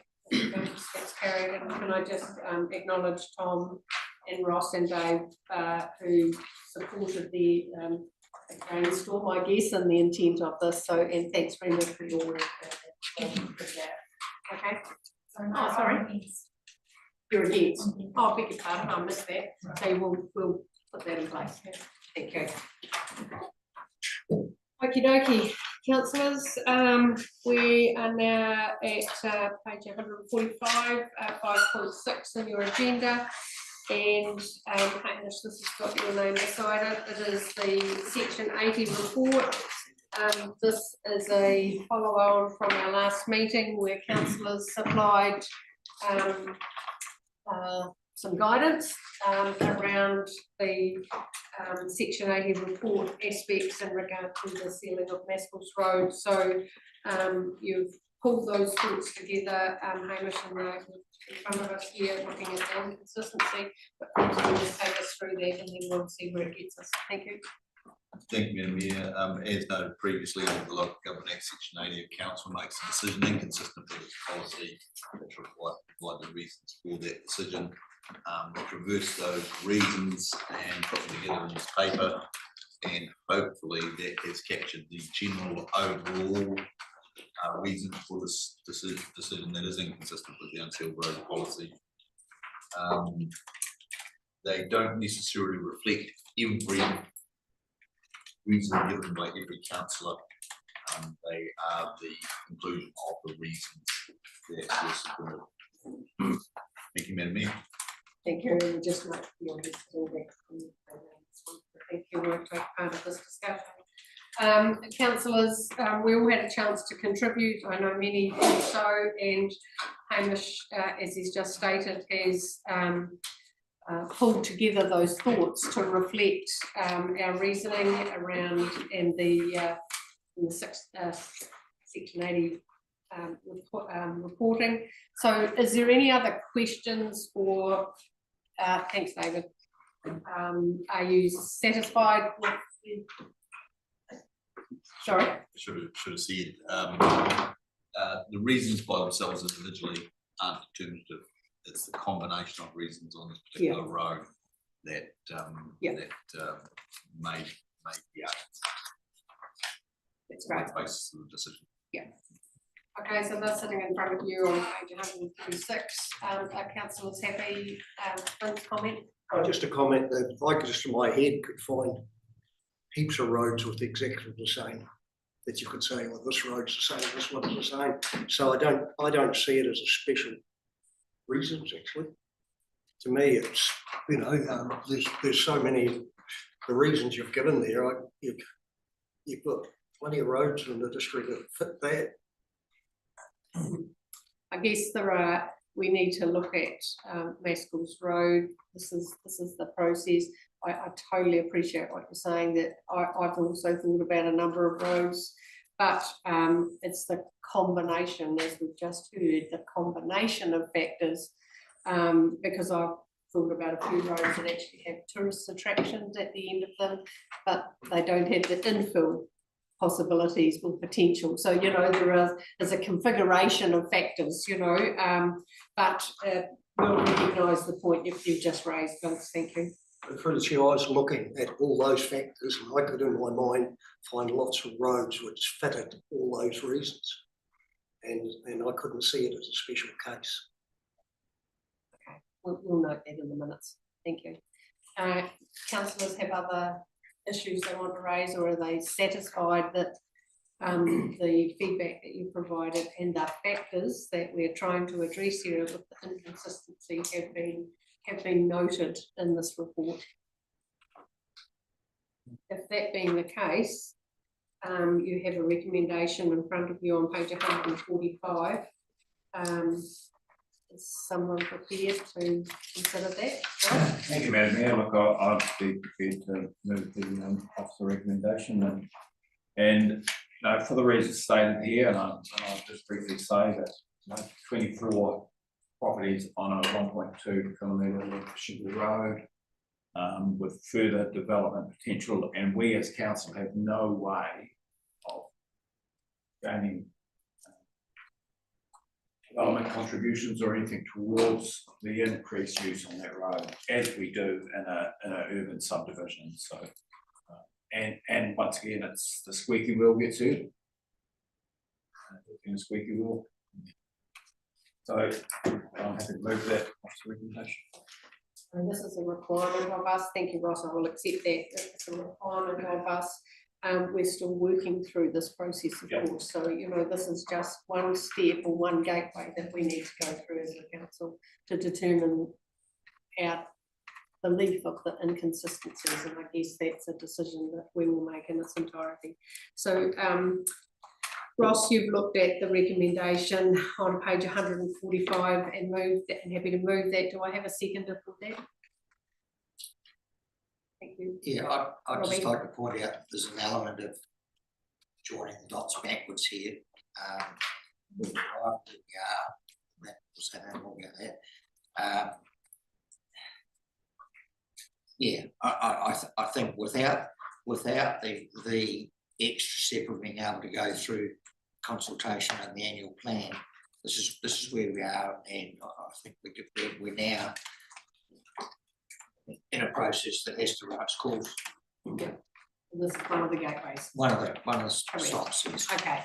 So I think we all understand that the highs and lows and the length of this process, but this is, you know, as I said, it's just one of the gateways. We have a move, we have a second.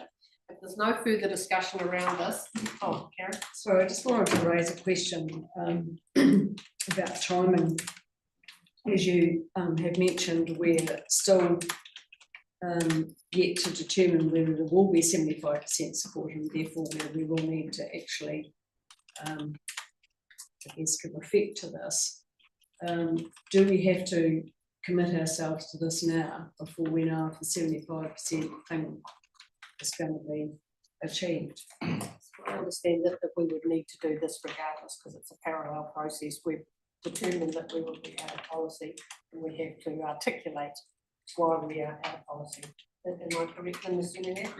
Yeah, okay. So we would have to do this anyway. Then we will wait whether the threshold is met or not. Yeah, does that make sense to you, Karen? Yeah. Yeah. Okay. So just further to that, is that also because it's within our annual plan, the funding, which is the is that the other reason why?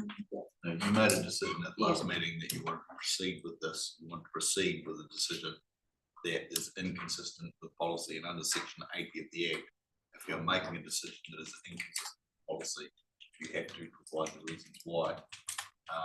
And we didn't have a clear articulation of the reasons why definitively at that stage, and so what I've done is collected those reasons why together and presented them to you today.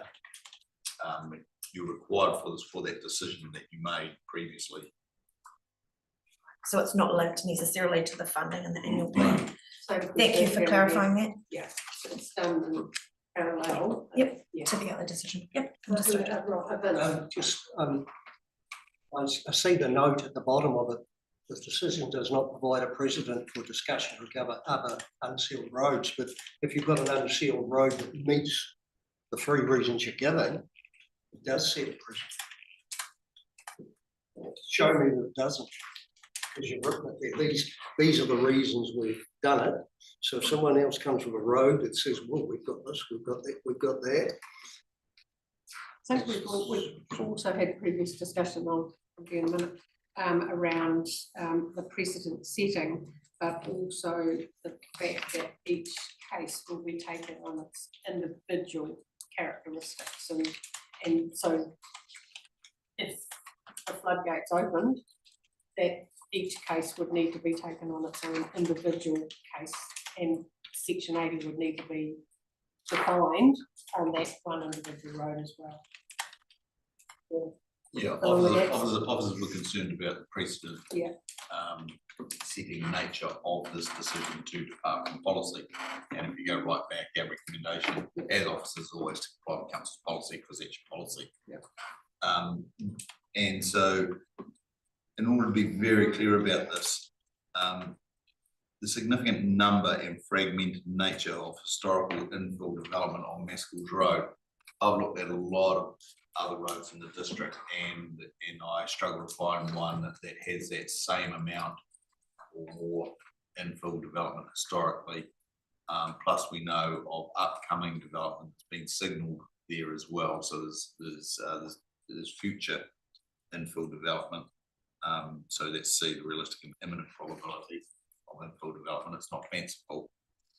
And the geography and layout of the road and the combination of those factors contributing to road safety, noting council's previous spend of almost $100,000 upgrading safety on that road previously. So I can't find another road that has all three of those factors in combination, and you know that would either meet or exceed those particular thresholds that we see in this case. That's not to say one doesn't exist, but I couldn't see one. So you're right, Vince, in a way it can set a precedent that if you've got those three factors and they are to the same extent as this road or more, then it does set a precedent in that. But these factors do not stand alone by themselves. It was a combination of things that convinced you to breach or make a decision inconsistent with your policy. Okay. Gone through this process again, each time get a little bit further, a little bit more clarity, and a better understanding, but we do have a mover, we have a seconder for this report. I'm happy to put that motion as long as there's no further questions. All in agreement to that, please say aye. Aye. Those against? You want to note that you're abstaining? Yeah, okay, thank you. Okay, councillors, that motion has carried. Thank you. Thank you for that discussion. Okay. Page 148 of this agenda. This is in regard to councillors attending the conference in Christchurch next month. Graham, it's got your name beside this, so we'll let you have a wee chat. Thank you, Madam Mayor. Pretty straightforward, as explained in the report. There's at the start of the triennium, the council approves the mayor and CEO attending LGNZ meetings.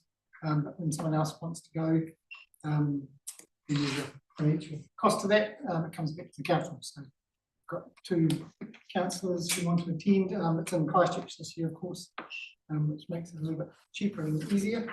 So it's really just the cost of attending the conference. Just bring that forward for council consideration.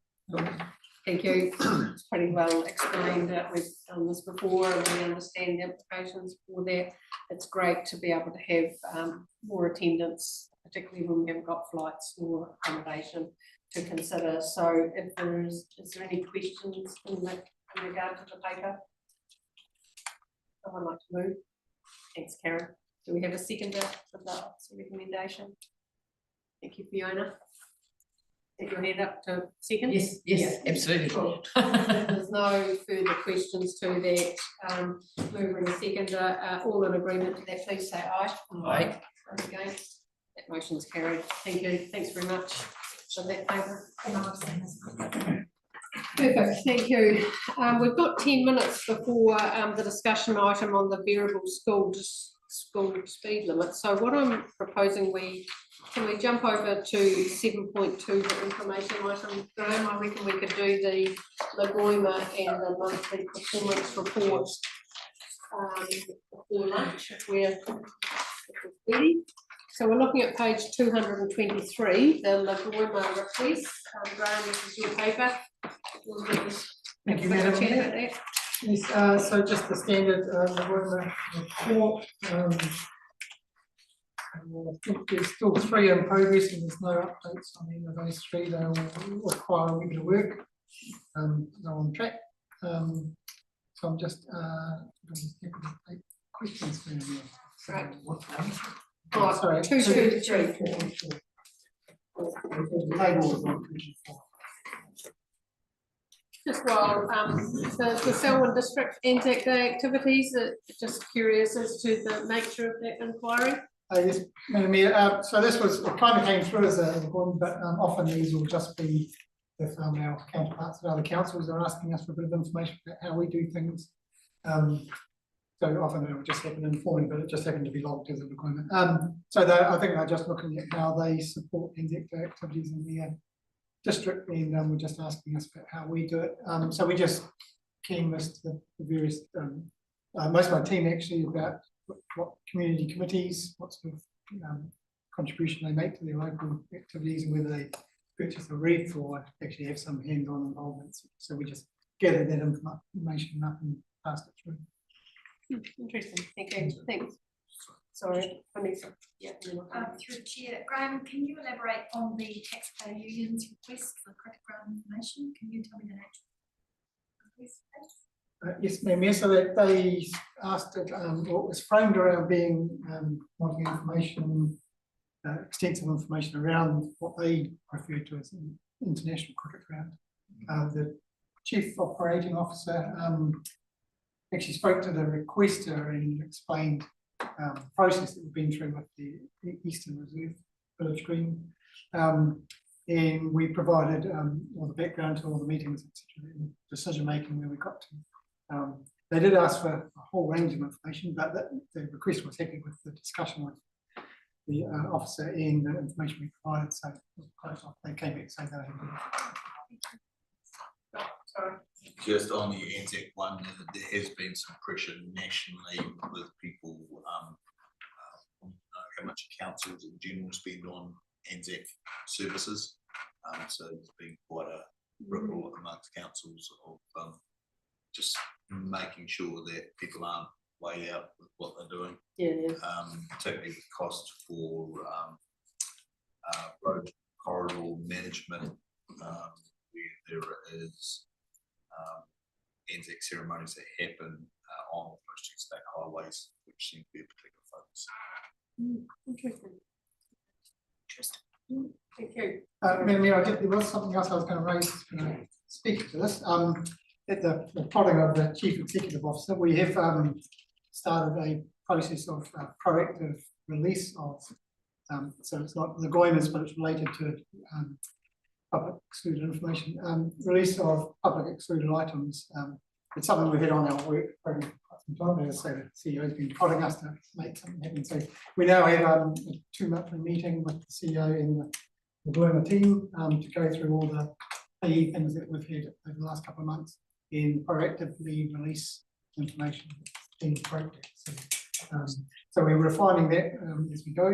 So I just wanted to make that comment. A lot of councils do that, so we're just looking at how best to do that and making it happen. So that's an internal discussion. It won't come as part No. of this reporting process. So That's right. And, it'll be done under the CEO's delegation, and we'll make those decisions. Yeah. So, I was just sort of raising it because it's kind of a little boiler type thing. yeah, okay. Happy with that, councillor? Sorry, Lisa. Through Chair Graham, when it is proactively released, that the information, is it made available? Or does it have to be discovered? Madam Mayor, there's a number of different considerations. So if it's, so the decision will sometimes be if it's a PE matter, we've got to consider whether the agenda and report can be released, just the decision and the minutes. So it'll depend. If it's all released, we can just put that on the website on that meeting. So it'll say release public excluded minutes.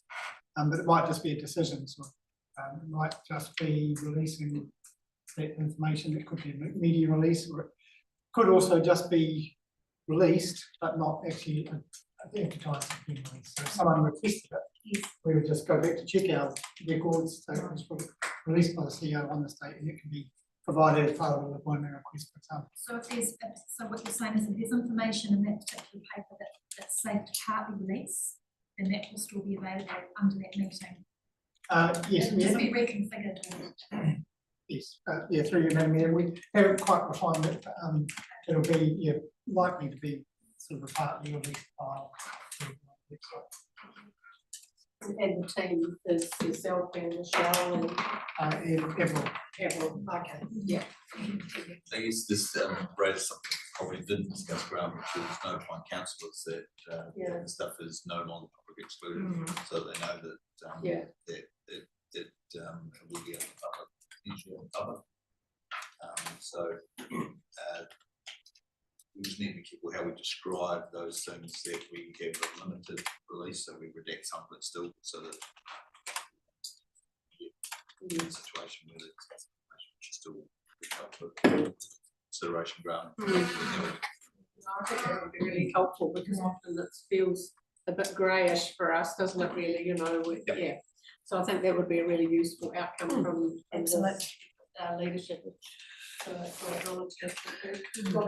Currently, look on that, I'd like to compliment our media team. I've noticed quite a while now how quick they are, just no matter what we're doing, no matter what's happening in the district, how quick they are getting it out and the pictures, and it's quite thorough. I think we're very good at that. We're doing it at the moment. Compliment. Thank you, I appreciate that. Look, if there's no other discussion in regards to the Goima paper, do I have someone, thank you, happy to move, Karen, that we receive that information. So, thank you. I'm sure we'll be able to sneak in your monthly performance report as well, Hamish. Thank you, Madam Mayor. report was in report statutory measures. We look, we see a number of red dots on the cumulative for things that have occurred in the past, but there is one new one in the month of May, which is on the page 227. Sales closed, we only achieved 94% of the month. That was largely due to, we received double the volume of CSRs due to the weather event at the time, so we double the CSRs.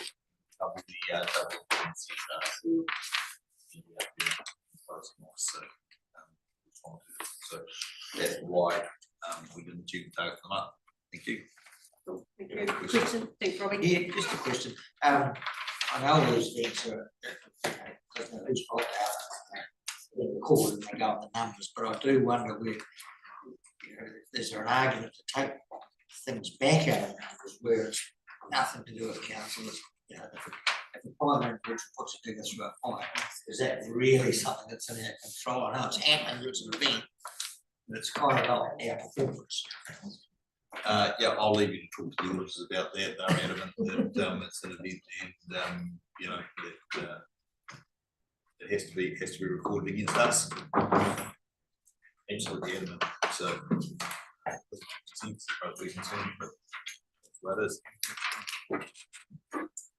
Okay, councillors, is there any other questions in regard to? Just a quick question down on the pools. It's got an either a green or a red. Is it just beginning or?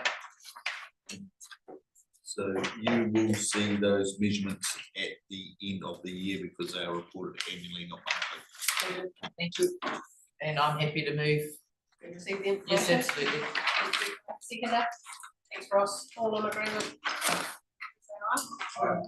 Okay, that's carried. Thank you. Perfect timing. And we're running pretty slack today. Welcome, Emma. It's lovely to have you around the table to present your report and to be supported by Rob. Good to have you here, Rob. You know, team policing in our district is really important, and it's great that you are supportive of this action around having, you know, speed limits in place around our schools and keeping our little people as safe as we can in their duty of care. So we've all come prepared, Emma, I'm sure, and read this intensive paper and consultation you've done with our community, but perhaps as normal process, if you just take us through the paper and then we'll see if there's any questions or queries, and then we'll go from there. How does that sound? Good on you, Emma. Just before we do, I mean, I probably should just declare for transparency that I do work at Waipara School, but I don't think it has any bearing on the report at all. No, but probably. yeah, given that we don't have a Thanks for that, we will receive it. Oh, and Tom works at Hammer Springs and Turanui and Murray. Exactly. Anything else you want to declare, Tom? took the words right out of his mouth. I was with Rob yesterday. I hope that doesn't influence me. Yeah, anyway, same, but that's okay. Emma, we'll carry on. You've got the paper in front of us. If you just want to highlight the journey you've been on, and we'll see where we get to, but it looks pretty positive to me. Thank you. Oh, thank you. So you all know that we got a new land transport setting of speed limits rule late last year, and there's certain aspects that we have to comply with, and one is that setting variable speed limits outside the school gate. So we've got till July 2026. So I hope you'll see that that document is our plan to get to compliance. So with that, we've got to identify the roads that are affected, we've got to classify schools and agree on speed limits in some cases and consistent travel periods. So while it's a mandated change, and often we don't like being told what to do, I see this as a really positive step. Slowing down traffic around our schools is one of the most effective ways to keep kids safe. So if you were someone that really enjoyed driving past the school at 50 kilometres per hour in a category 1 school, you're going to lose 14.4 seconds of your day. So it's not a big change to adhere to this, and that's only if you approach the school in the time periods that we've chosen later on. So the engagement with the schools is now complete. We've listened to the feedback and I've had a chat with our local policing team about the decisions that we've been making. Originally, you'll see that we chose to classify 3 schools as a category 2 school, which if you read the two classifications, it means a longer zone and you've got a choice to pick up a higher speed limit there. With the feedback that came back from Greta Valley in particular, not happy with the 50 kilometres we were first proposing. We sort of re-looked at our category 2 schools, and Rob nicely pointed out to me that Greta Valley and Omahi schools both sit on a corner or an intersection, so people are slowing down for those intersections anyway, or leaving it there at a lower speed. So we certainly had a preference for the zone of reduction to be shorter than 600 metres, and that's where we thought that 300 metres would be a logical solution for those 2 schools. In terms of compliance too, when we really looked at this project, it's really important that those zones and around them are active. So if people see children, they're most likely to adhere to the rule. If you go through there and there's paddocks for miles and we're nowhere near the school, it's going to produce a culture of let's just ignore that for now. And that was really our thinking around the shorter zones in particular for those 2 when we re-looked at it. At the start, when we were approaching the project, we weren't sure whether we were going to set the travel periods by a school cluster. Essentially, we're thinking about ward or as a district. But in the end, we've landed on a consistent travel period district-wide. And that's where we've come up with 8:20 to 9 AM and 2:40 to 3:20 PM in the afternoon. So you'll see from my graphing of what the schools requested that isn't a model that fits what everyone wants, but it does cover a consistent period for the majority. I think some of the schools were trying to approach it as a one-size-fits-all to solve a multitude of problems. So the schools that are looking at who originally said they'd like a longer period, they were trying to accommodate school buses leaving to the area school, and they were kind of trying to accommodate the return back to the area school. So it really is just, in terms of the intent of the rule, they're really looking at either side of the bell, not to accommodate school buses. So if we did accommodate the school buses, and we can't because they're asking for a time period that's longer than the rule, there would be a period where we were dropping the speed to accommodate the school bus, then there'd be nothing, right? Like a big lull zone, and then of course there's the kids at the school gate. So then it would be, again, confusing around motorists because there's people there, nothing, people there. And that's not a really effective thing that we wanted to see. We needed it to be quite clear in terms of what we wanted. And also because this mandate arrived with no subsidised money to approach it, we have always sort of set our sights on static variable signage because that can be funded under our existing signage renewal budget. So in terms of static signage, they work best if you have a very clear time periods that you're choosing and not varying lots between schools. You probably see some examples in the news where it's been done poorly recently. So having something consistent and make it more clear, it means that it also makes the font bigger in terms of describing where that would be, go from there. So the next steps of the project is that we have to submit a report to the Director of Transport. Once that is approved by them, we're really, in terms of a time period, we really like to do this work during term 4 and term 1 because the speed limit's only are here when schools are active. So we've got a nice long period to do this work without causing any problems or running behind. So we're aiming for that in terms of installation. So after that, it's a big change for everyone. And so we want to do a community awareness campaign so everyone understands the new rules and why they matter. And then eventually there'll be some enforcement that comes with it after we're all educated on the changes that come with it. So we were going, we were heading, so I guess we're here for your questions. Thank you, Emma. I just think the way you set out your report is fantastic, and I really appreciate the fact of your consultation with the schools as well to get their intelligence around what's going to work best, and I totally understand the expectation outside those windows of consistency as well. But I just, if I can start with my question, and that's around the category 1, category 2 thing, and in response to the Greta Valley Omahi thing, I guess the intersect with the state highway is what governed that. But if we use that same principle, why wouldn't Broomfield also, because that's our rural road, but it's still coming at a junction of an intersect, that why wouldn't that shift from category 2 up into category 1?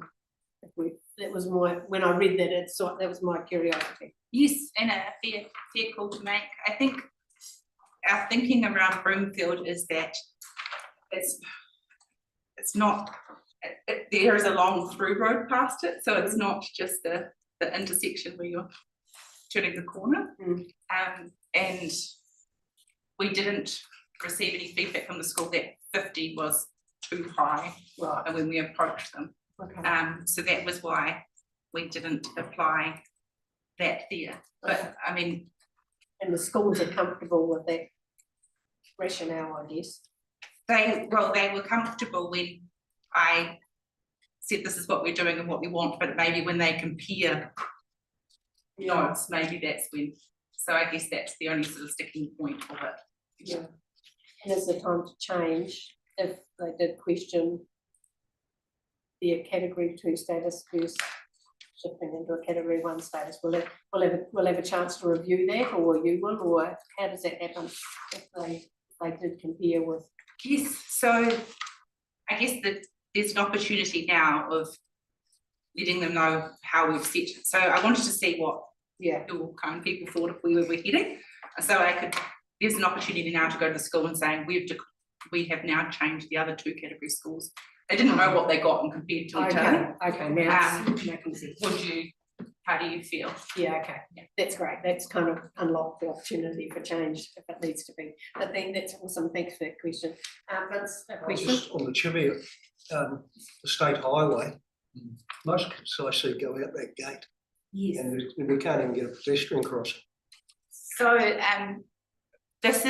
so in terms of the road controlling authority, we are allowed to do the back gate, but NZTA are going to do the front gate, and I know that they've already done the planning for electronic signs. From it, are Yeah, they're going to do that part with electronic signs. Yeah, so they're exempt from saying that it's 30k or something. No, Cheviot will get 30 kilometres an hour electronic signs, which the NZTA will pay for. So we're looking forward to them. So they're going to do that there. Yeah. So the way it looks on here is, it's like it's the state highway ones. You can. I've left. For that 50k. Sorry, I've left them off because I'm not allowed to deal with that part because they're going to do that bit for us. Oh, that's fine. Just by looking at the maps, Yes. It's strange because that's where most of it does look odd. children go out of school for the front gate. And Emma, just to explore that further, NZTA will do that at a parallel time frame, or I mean, they might not do it in the Christmas holidays like we're anticipating, but it needs to be done within the timely manner as well. They've got to comply with the rule like us, so 1st of July 2026. Yeah, they will be in for them. Okay, so that gives you comfort to your community. Yeah. Just, you know, on the report you don't mention it, and I just wondered. Yeah, I thought the same thing when I read that, to be fair. Yeah, so any other, Robbie? Yeah, I'm pleased that you make consistent bands around the timing, because this is easy. What you're talking about is the static signs, or is just the sign written signs, isn't it, with the timing bands? And then you've got your active signs, which have got the lights on. Are the active signs, are the lights going to be timed to fit those static times? So this is the signage that has to go in as the specs on that page, and then the decision making around our existing signage is in the roading manager's court when he picks up that side of that. So whether he needs to decide what he's doing with them. So the active ones that the Jack and Jill, the flashing ones. Yeah. They could easily be aligned, or he may choose to remove them. Have timers or something on them so that during those school times, that's when they flash. Because it would be a double reinforcement that, you know, whoever drives past and gets sick of reading, there's too many words on that sign. There's lights, they put the two together. Because we can't afford to put the electronic ones everywhere, which would be nice, that come and make it really obvious, so we don't have a static sign that they have to read. But it would be nice if the next school active sign, the lights happened at the times when this was happening. Possible to do that. Yeah. I do know through speaking with over a period of time, different principals, and I'm sure Anthony has raised it at the road safety, like the active signs that you're talking about are manually switched on every day. So it's a, you know, I think that we've had conversations with the principals, but I suggest that they will be delighted to have a sign that is there and active all the time. So it's not their responsibility to turn it on and off. Even at school holiday times, that's been a problematic issue as well. So I'm sure that this will tidy up some of that as much as I'd like to suggest that they put it some kind of timer.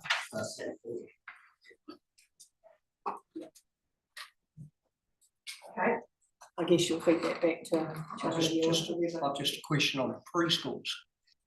Because I'm just looking at quite often, there's two in Cheviot, and one's on actually a corner, and at times it's quite busy there around. You've got preschoolers. I know parents are there, but you know, you've got angled parking and kids around. You know, you could. You know, is that just, you know?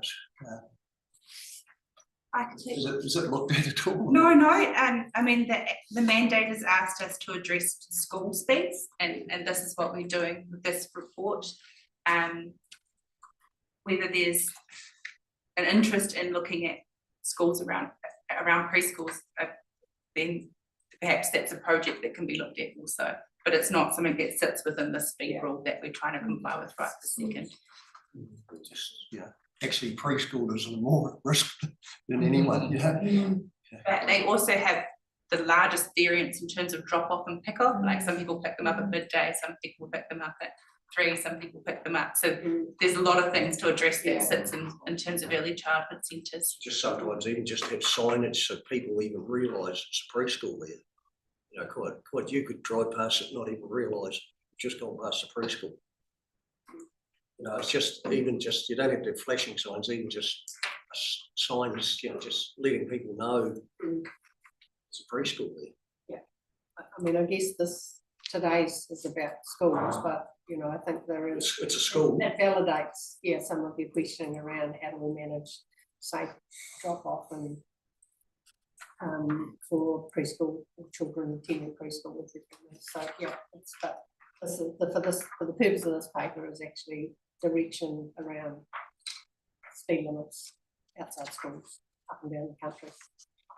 I'll just raise it. Yeah, no, good point, Vanessa. Chair, Emma, can you remind me current speed limit is outside Bloomfield School? Is it 60? So at the moment, it's at normal times of day, it's 100 kilometres an hour, and it has a variable speed limit of 70 seconds. Could I just have it noted that you pass this on to the roading manager, because it's a road I use every day, including test of this, that I would say from my observation, I would be one of the very, very few people that slow down to 60 during those variable times. I think it's trucks that use that road, most domestic users of that road do not go slower than 100k even at those times. So I think if you could pass it on. Probably a pretty simple. Yeah, it's quite shocking. They see us and they slow. Yeah, funny that's that. right, Can I just add to that, Madam Mayor?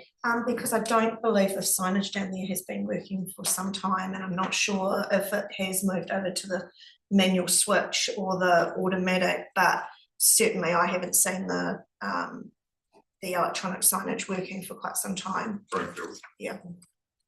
Yeah. It's a school issue whether they can. Yeah, I don't know that much, just need to pass on. And I think it is of particular importance and particular note because, you know, they do load their school buses on that road and unload them on that road on the 80, on the 100k road, so it's really important that traffic is slowing. And on Onehunga Road. No, they load on Mount Brown, they used to, yeah. But in this case, presumably the school buses will have the school bus sign open. Yeah, 20 And that's 20 Ks. Yeah. I guess there's a question around that because the school parks their buses there. So a stopped school bus, you need to stop, you need to slow down to 20k, I understand that, but their buses are parked there throughout the school day. So are we suggesting that if they're parked, they're actually, they're not parallel to the road, they're perpendicular? That's a stopped school bus, it's stopped there all day. So they need to put their sign, they need to have their The school sign down, yeah. That's the one. But you're right, invariably they don't, they leave them up. Yeah. Motorists don't comply, and it's hard to enforce it. Yeah. When it's, there's a stationary school bus, and no one's in it. So. Yeah, that's right. Yeah. Okay, there's some really good points raised, and I'm sure between the peer review, you'll be able to take it away and action it as required. Can I just ask about the mapping? I just noticed on the Amberley school map, and I'm making an assumption, so it's got Douglas Road, 150 k's, Douglas Road, 150 k's on the other side of the Norfolk intersect, but it doesn't, are these to scale, or? They are to scale, so it's 150 metres either side of the gate. Metres, sorry. Right. Everybody else was too polite to question. Yeah. Sorry. So obviously that can go that way and it can go around the corner as well. So is there something? Yeah, well, when I look at the map, here's the intersect, it's got 150 metres and then 150 metres, but it's actually a much shorter. It's from the It's gate. 150 metres from the gate, not from the intersection. Oh, beg your pardon. Yeah, Now the Yes. penny's dropped. Okay, I won't say any more now. No, that's okay. Yeah. It's good to get the questions and get it clear. Yeah, no, that's cool. Rightio, guys. Have we explored all the questions required? I think there's been some really valuable discussion here around the reason for this paper, and I just want to reiterate the work that you've done in engaging with our school community, Emma. I think it's really valuable, and we look forward to, I guess, getting a resolution and an outcome and things in place over the Christmas break, maybe, which is pretty cool. So with that in mind, are you happy to move? Happy to move the information be received, and thank you for the discussion, reiterate the mayor's comments. Cool, thank you. Someone like to second it? Lisa. So all in agreement to that, please say aye. Aye. Against, that motion is carried. Thanks, Rob. Appreciate your attendance here today, and Emma, really grateful for it again. Thank you. Rightio, councillors, we've got kind of reluctant to start the financial. We've got 10 minutes. Oh, let's do 10 minutes of it, and we'll get through to 12, and then we'll take a break and whatever. Other than that, you'll have to have 40 minutes to smoke for lunch.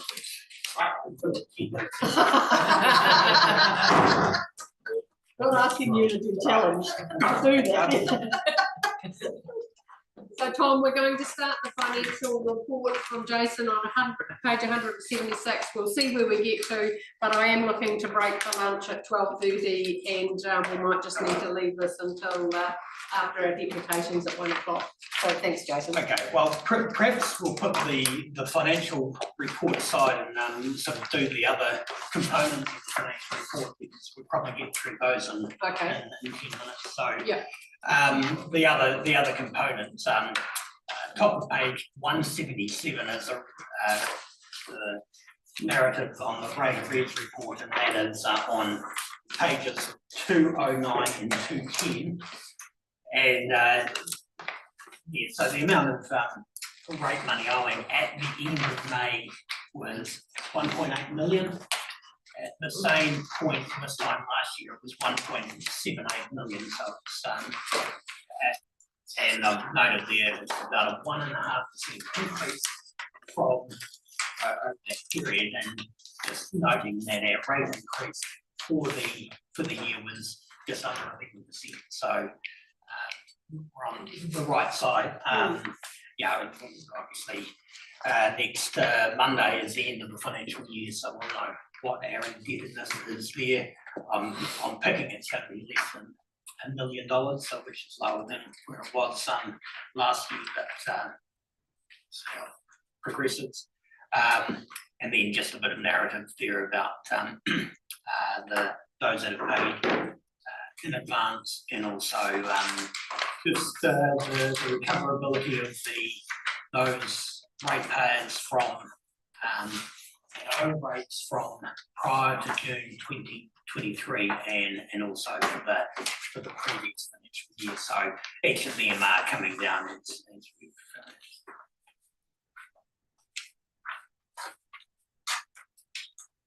Okay, and then the next component is the Treasury dashboard, and so it's provided there. So at the end of May, we had total debt of 79 million. 69 of that was in term loans with the LGFA, and the other 10% was short-term debt with the LGFA. We repaid the small amount of bank debt that we had at the end of April, May, when it was mature. Our liquidity is good at this stage.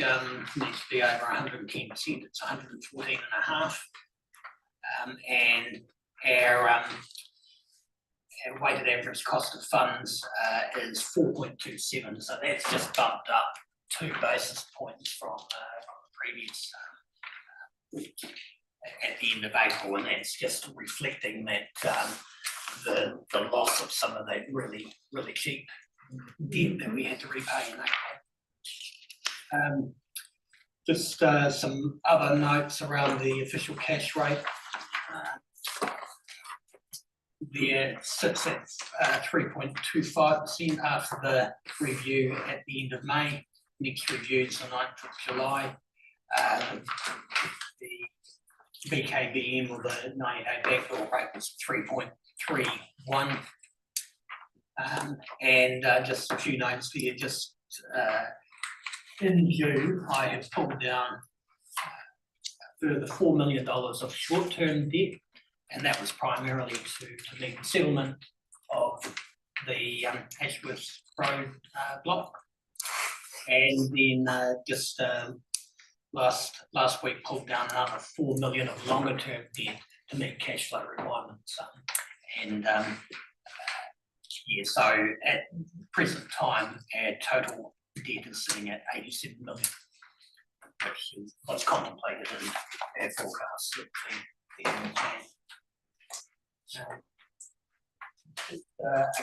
A couple of items here in respect to when we're breaching the policy for our interest rate risk, and mention at the top of page 178 that we were seeking some additional interest rate swaps to get us policy compliance by the end of the financial year. They have been instituted already, so it should be compliant with all of our Treasury risk management requirements by the end of June.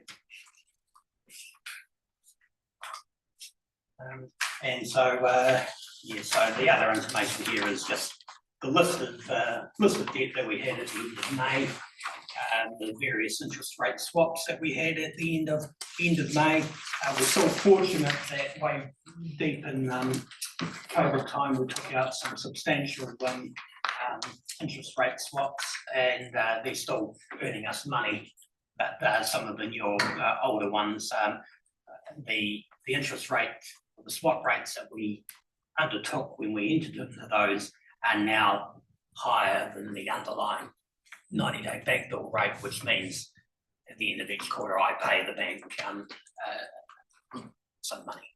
And, but overall, we're still earning on that process, because those two particular swaps number 51 and 52, you can see we're taken when the spot rate was 1.44 and 1.58. So it's much lower than the 90-day bill rate currently. Page 207 is just the graph that shows where we are with our external rates, and they are a little bit above the bank bill rate and the OCR, and that just reflects the fact that we, on top of paying the 90-day bank bill rate, we normally had credit margins, but we do have credit margins on top that we pay either the bank or the LGFA. And as I sort of alluded to before, if we did have a credit rating, those credit margin can reduce by about 5 basis points. There is and the final component of the Treasury report is just a analysis of the internal debt and reserve funds. Just listed here, I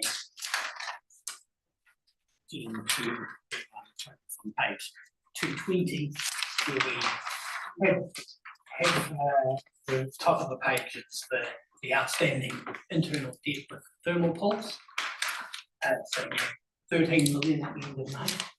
So it's come back and been bolstered by the fact that we received 700,000 from the PGF to offset some of the costs relating to the fly ride. And then we've got the three waters listed there. So at the end of May, the debt for three waters for water supplies was 49 million, 11 million for sewer, and 3.4 million for stormwater. Within that 3.3 million is still the allowance or the cost relating to the purchase of sand and road. Thanks, Mr. Chair, probably a question for Hamish. An update on the proposed concept of a community housing trust. One, we're going to invite Lee from the Christchurch Trust to come talk, was that? No, haven't got an update on that. Any expectations? No, so the major benefit of community housing providers was that they could get the rent-related subsidy, income-related rent subsidy, income-related rent. But the government is not doing any IRRC deals at the moment.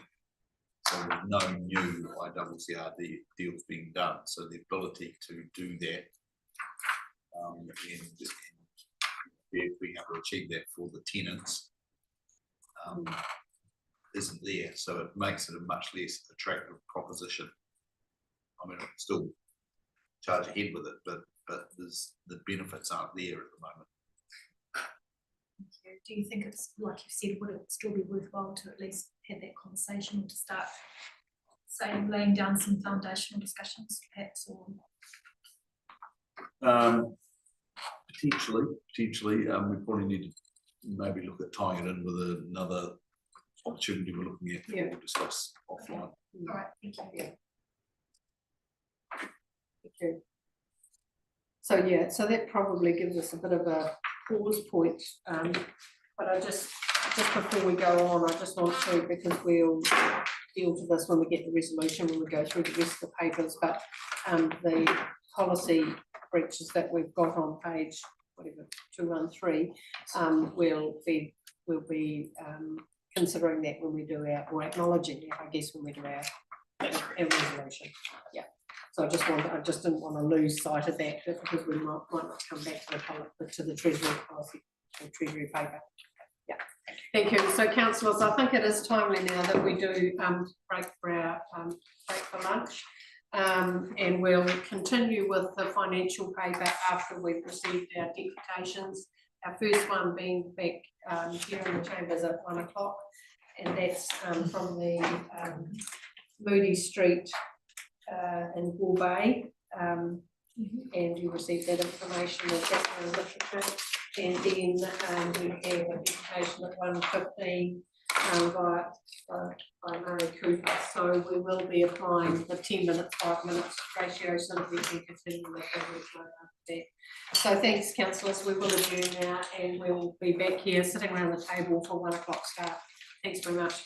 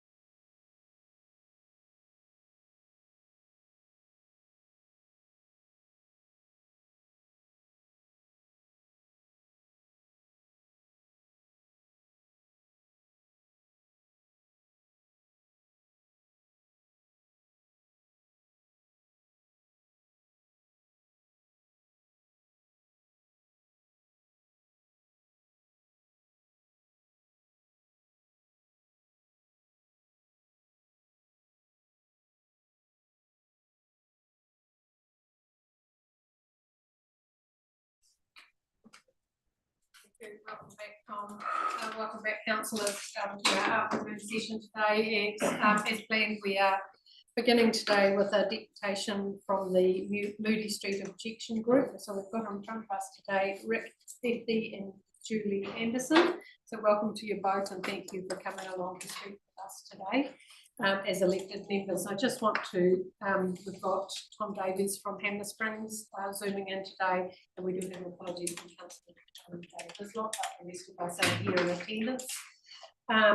So our normal convention, I know you've been provided this information from Graham, but our normal convention is that we offer you 10 minutes to speak to council on the issues that you would like us to hear. And then I will offer 5 minutes for councillors to raise questions of clarification, I guess, of what they heard through speak. And I think I'm directly at you, Rick, and I'm assuming you're doing all the talking, or? Apparently.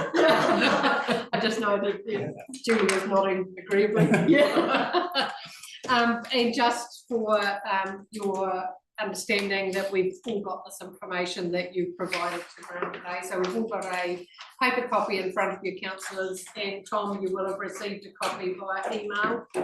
And so this will be for our reference also in regard to, and I know you're very aware that all councillors received some pre-reading the reports and or communication between yourselves and councillors building up to this, and some of the minutes from the Cheviot Community Committee. So all councillors have that suite of information in front of them.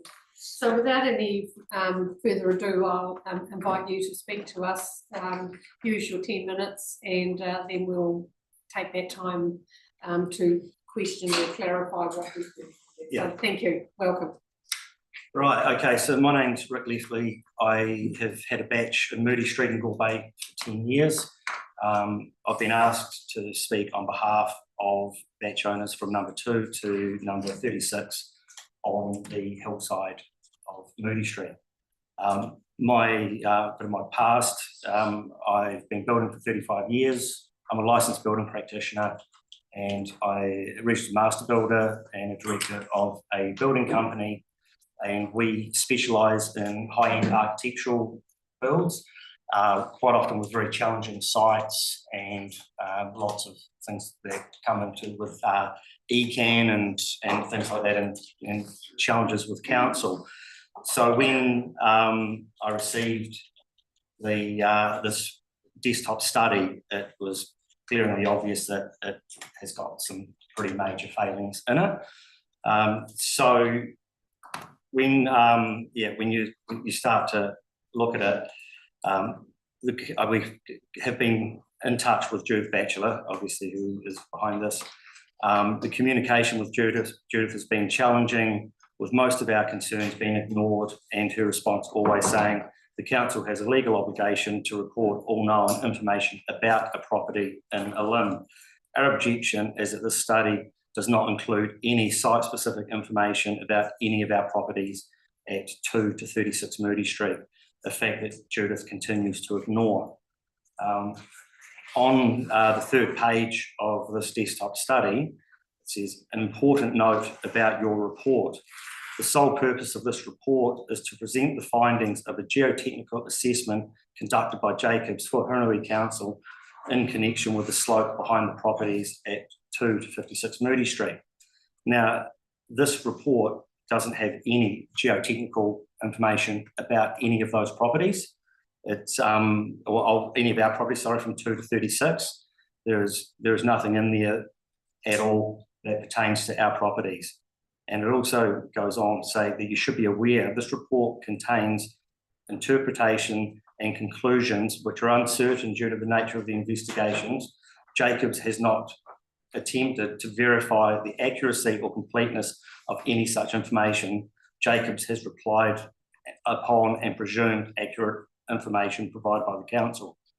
Now, Jacobs, in what they have put on at the start of it, is basically a disclaimer that everything that in that report is just done by what was given to them by the council. So they've really covered themselves very well on the information that's been used. The engineers' reports, due to insurance and legal obligations, all geotechnical engineers' reports, the first page always states this report is site-specific and cannot be used in part or whole for any reason other than what it was commissioned for. Now the council, why did the council choose to supply Jacobs with the NGO and Davis Ogilvy reports, missing the cover pages which states this, and the fact that they have included these reports and they are nowhere near Moody Street. So it's pretty misleading. So I'll just sort of go through a few other things that are in the report, or some that are missing. Number 30 Moody Street, while applying for building consent, the council made the owners get a geotechnical engineer's report and a geological report on the slope behind the proposed dwelling, which came back favourable and building consent was issued. Yet the council has chosen not to give this report to Jacobs, even though it is a report directly relating to Moody Street, unlike the NGO and Davis Ogilvy reports that have nothing to do with Moody Street. 54 Moody Street, which is obviously down the opposite end to where we are. The owner had emailed Judith on the 4th of March 2025, concerned about breaches of privacy, misleading information regarding to the landslide on his property, which was caused by historic felled trees and slash, which was never cleared and nothing to do with slope stability. This was confirmed by a Tonkin and Taylor report commissioned by the Hurunui Council, which they have chosen not to supply Jacobs. The owner of 54 Moody Street never received any response to his email from Judith Batchelor. I spoke to representatives at NGO and Davis Ogilvy, and both said that they would never have given permission for the use of parts of their reports for anything other than what they were intended for. On page 22, there are no geotechnical investigations done on Moody Street in the study, the closest being over 100 metres away. The council is well aware that all geotechnical investigations must be site-specific. You can't use information gained from any other site ever, and all councils are well aware of that. Page 24 claims that 54 debris slide was not a landslide, was caused by felled trees damming the valley which the council is well aware of, so the inclusion of this information is misleading. Pages 21 to 27 do not relate to 2 to 34 Moody Street and shouldn't have any connection to our properties. Page 28, the conclusion and recommendations, does not relate to our properties. Page 31 to 39, NGO Gore Bay Road report. This needs to be removed. It's irrelevant and misleading as it does not relate to Moody Street. Page 40 to 58, Davis Ogilvy, 9 Buxton Place. This should be removed as it's misleading and does not relate to Moody Street. Page 61 to 62, the EQC claim on 42 Moody Street is not relevant to 2 to 34 Moody Street. Page 63 to 77, EQC and Tonkin Taylor information that it does not relate to 2 to 36 Moody Street. It's misleading, and it's even got highlighted imminent risk within 12 months. And this report is 11 years old. So the fact that you highlight imminent risk within 12 months on an 11-year-old report is definitely misleading. Page 78 to 80 is about 54 Moody Street, not relevant to 2 to 36 Moody Street. Now the minutes from, I think it was from the February Cheviot Community Board meeting, Judith, the Chief Strategy and Community Officer, said these properties should be vacated during increased rainfall. Now, that's a very broad statement, and what is classed as increased rainfall? It's quite often rainfall is well forecast, but quite often it's not well forecast. What are you meant to do in the middle of the night when you hear the rain on your roof, and at what point are you meant to vacate? And that being the case, this report has missed out the camping ground, and the camping ground is right in the middle of Moody Street. And that appears to not be affected by this, even though there's cliffs hanging directly over the camping ground. And how are you meant to be getting campers to evacuate, and where are you going to put them each time it rains? We find it quite bizarre that they've chosen to leave that out.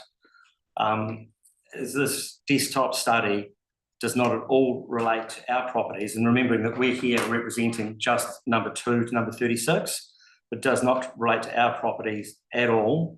Therefore, it does not meet the threshold to have any connection to our limbs. We've had legal advice that says this, that there is, obviously, you guys are working on the legislation that says there is a legal obligation for councils to put information, and that clearly says to put information relating to a property. When you've got this whole report and none of it has any relation to our properties, therefore it definitely doesn't meet the threshold to have any connection to our limbs. What else have we got? Oh yeah, it's over half of this report has no relevance to any properties in Moody Street, but all of it has no relevance to our properties who are part of this objection group. Thank you. Perfect timing, thank you. I was just going to say 1 minute to go, but Right. that was, you were right on point. So thank you for the effort that you've taken, clearly, Rick, in highlighting the concerns from your perspective. So as I identified before, this is now a chance for councillors to inquire from their perspective what they've heard or what they've read in the pre-reading or information maybe that provided to us today. So I'm going to open it up to councillors to question if there is a mind to do so. Yep. Thank you. Thank you, Ross. Thank you, Madam Mayor. Look, I'll just declare a conflict of interest because I do have a property at Gore Bay. Right. But on that, just clarifying that you say you've been there 10 years? Yes. And do you know how long have you been there for Gore Bay? Approximately 8. Okay. So that's, no, I've been going to Gore Bay for about 35 years. Yeah. Have owned a batch for 10 in September. Thanks, Ross. Pauline, got a question? Yeah, thanks, Dana, through the chair. So in your deputation, you mentioned that you've had some legal opinion in regards to the relevance of the reports to these particular properties. Has that legal opinion been shared with council, or? No, Are you- it was just a discussion that I had, like an informal discussion, wanting to know what, because about, so every concern that has been sent through to Judith has always come back with, there is this government legislation that legally you have to include any information about a property. So I wanted to find out where that starts and stops. But what it is that it has to be about that property. So that's what the advice that we've been given is that because this doesn't relate to our properties, there's nothing on here that relates to our properties. And the fact that it's half of it is fluffed up with partial engineers reports that don't even relate to Moody Street at all is quite bizarre. But yeah, it's about it. So at this point, that advice is informal? Oh, absolutely, yeah. Thank you. Yeah. Thank you. It was to get a bit of clarity on the go-to that Judith had every time, which was that it's a legal obligation to have this connected to our limbs. And even in this report, the first thing on it says that Jacobs were commissioned to do this report about, the geotechnical report. Well, they haven't done any geotechnical study on Moody Street at all. And so, the legislation, even in the report, clearly says that you have an obligation to put in information about that pertains to a property connected to that limb. But none of this report actually has anything to do with that property. So that's our objection, basically. Thank you. Thanks for that commentary. I appreciate that. Question from Robbie? Yeah, I just wondered around from 36 to 42, what the view was, or that are included in this, or is it acceptance down that end that perhaps is? Oh, we're just down one end of the street, and we just met together and decided to band together. As we know, there's definitely there's different ground conditions along Moody Street, and we know that and it's even in the GeoNet information that our end of Moody Street is definitely more favourable ground than what's at the other end. So we've kept us as a group of one end of the street. And so particularly because of the Canterbury maps really is where I took that from, because 36 is the very last property shown on the cusp of the change of the geotechnical differences between the soil. So that was just kind of our cut-off point, really, relying on the Canterbury geotechnical maps, soil types.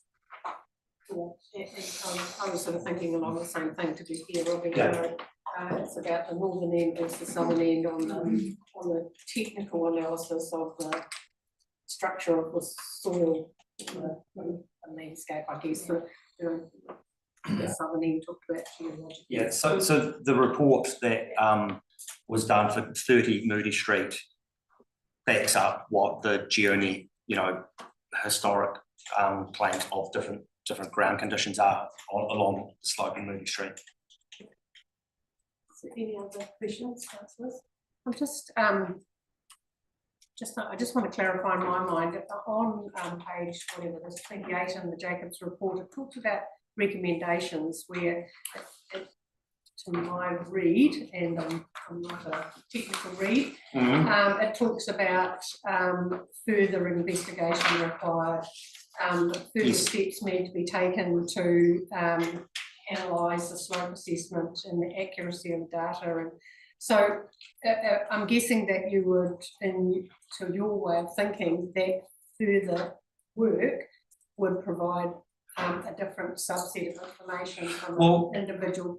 Yeah, well, so from from from exactly what you've just said about further information and assessment being required, this whole thing here is information about properties that don't relate to Moody Street. So it's not even further, it's some investigation would have to be done to compile a report like this. Like, everyone sitting around here is in the council. The council is well aware geotechnical inspections or investigations are site specific. And for this report to have been based on 2 reports done that aren't even anywhere near Moody Street, none of this should have ever been compiled in the first place. And it certainly isn't at a level that should be allowed to have any connection to a limb. So it's now up to what you guys do, but if you want to do an assessment on there, it has to actually be an assessment on Moody Street. It can't be just compiling part reports, and which you're not allowed to do anyway. The fact that all the cover sheets have been removed off the Davis Ogilvy and NGO reports, it shouldn't have been done from the start.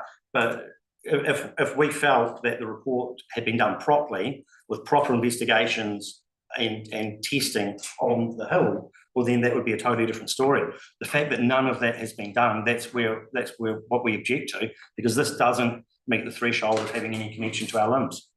Thank you, Rick, and thank you questions that have come from councillors to clarify in your mind. If I can just wrap up, or attempt to wrap up, it feels to me as if this is very much an operational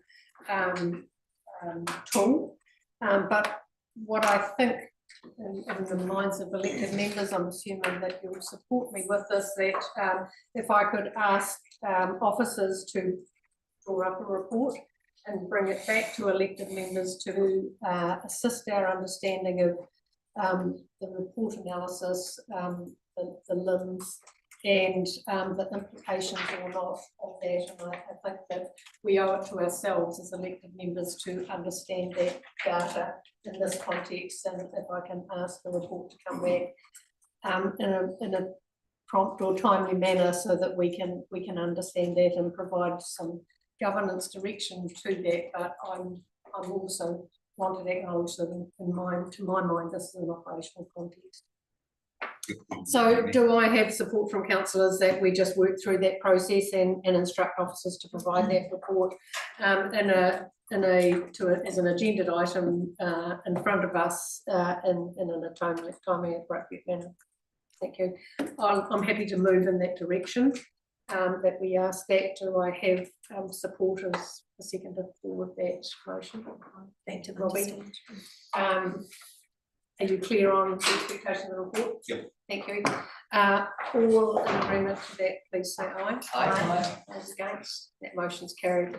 Thank you. All right. So what will happen from here is that we will get a report that will provide all of the information that we as governments require. But I just want to show respect to our officers and their processes as well. But it will come back to us to understand better. Yeah, great. Well, thanks for your time. Thank you. Thank you for coming along and speaking to us. Thank you. Radio councillors, welcome Murray. Come to the table and join us. Good to see you again, Murray. We have got our usual, we're in the middle of a council meeting and we've worked through today's agenda. You've probably seen on today's agenda, we signed off our annual plan for 24, 25, 26 year.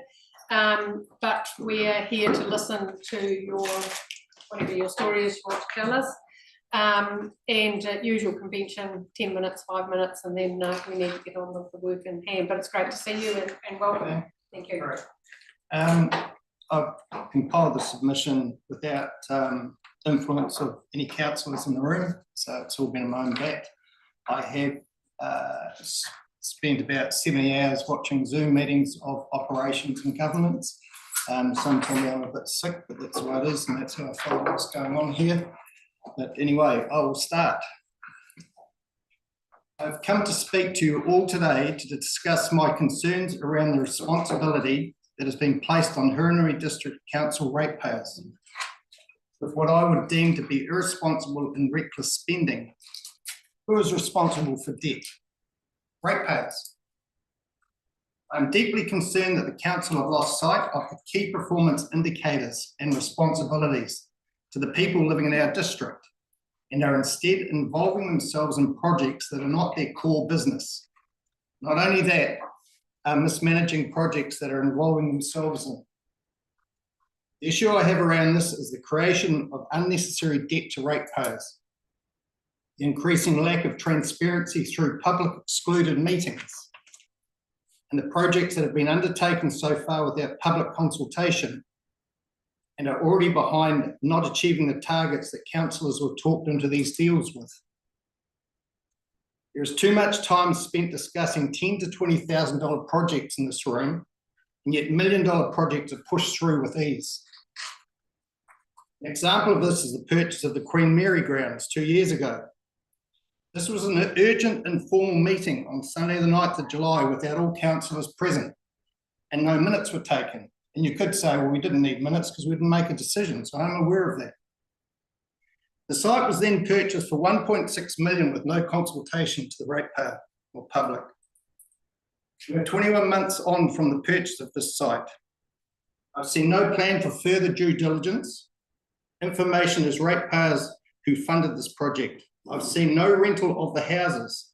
The rent from the houses was the selling point to the councillors for buying this project as being able to provide income revenue. It was proposed that in 2 years it would have an income of $180,000. As we are nearly at the 2-year mark and the property is a dilapidated shambles. I would hazard a guess that our ratepayers have instead just shelled out for the interest on the purchase would be around 150,000 Ks for the interest on that property, with no income.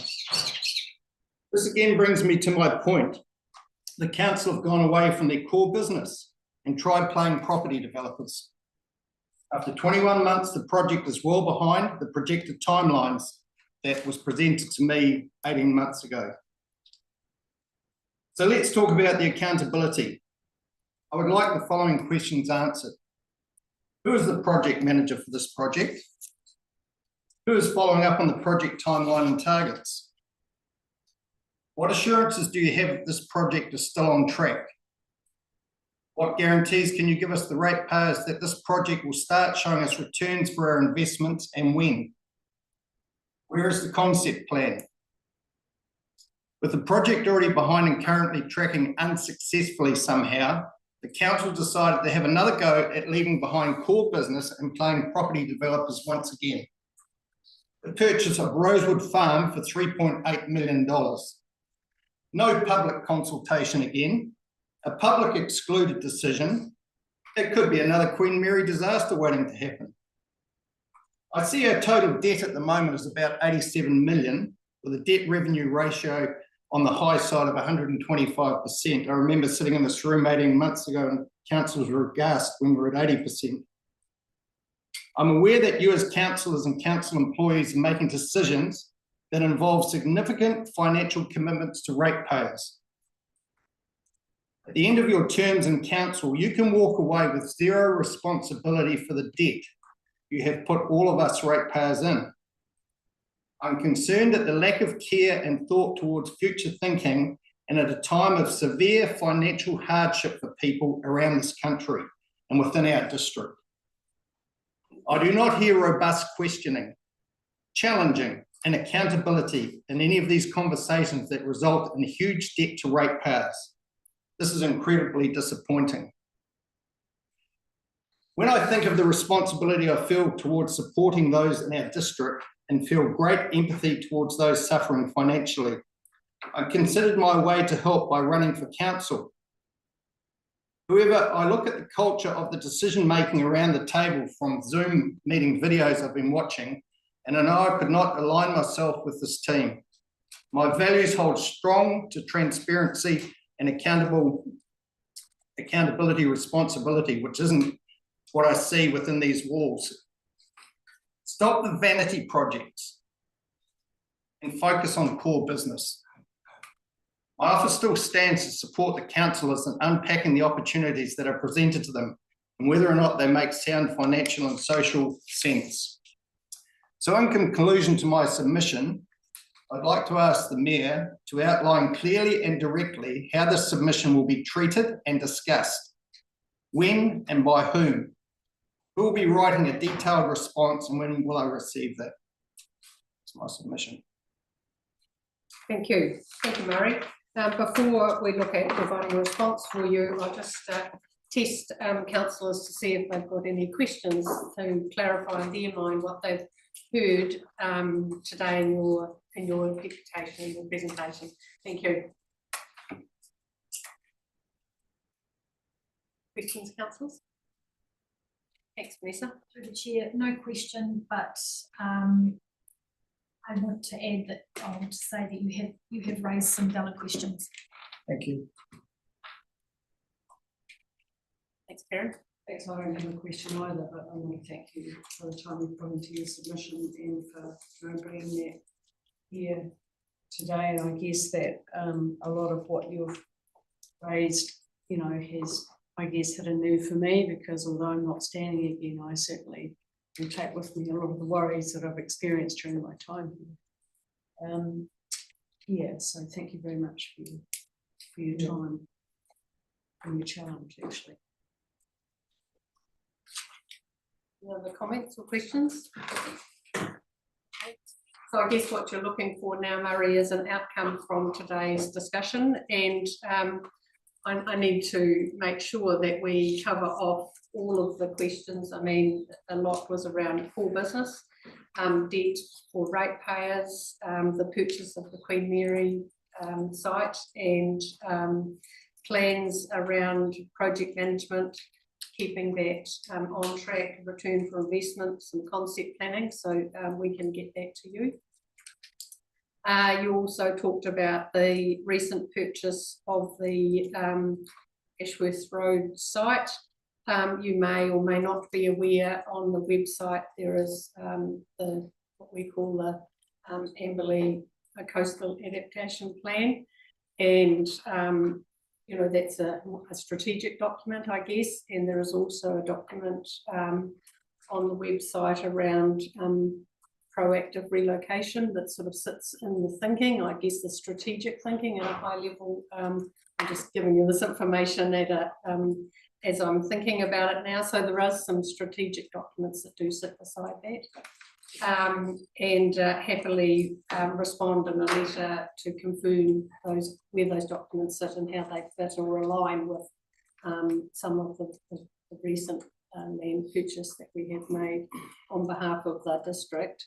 Notwithstanding your message that's been articulated to us around the debt profile that we carry. And I'd have to say, and I'm sure the councillors will agree with me, that that is something that we consider at pretty much every monthly meeting. We're incredibly mindful of the debt profile that is being carried by this district.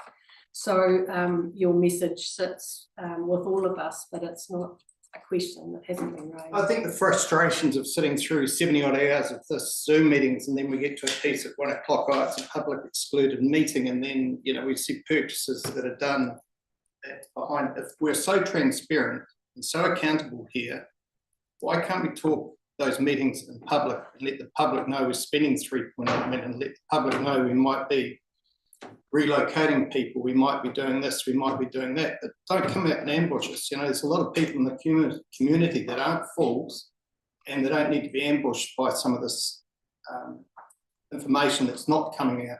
So can I just, the Coastal Adaptation Plan, the CAP as we refer it to, has been a consultation with the Amberley Beach residents and ratepayers since about 2022, correct me if I'm wrong, longer. Yeah, I've been following that. Yeah, and so that is a process that's been a full and open engagement with that community, because the residents of the Amberley Beach, as we've done with Leithfield Beach and Gore Bay and Mottano and Clavely and Conway, so those coastal adaptation plans have been in place and been open, transparent, and they are with the people that are affected most.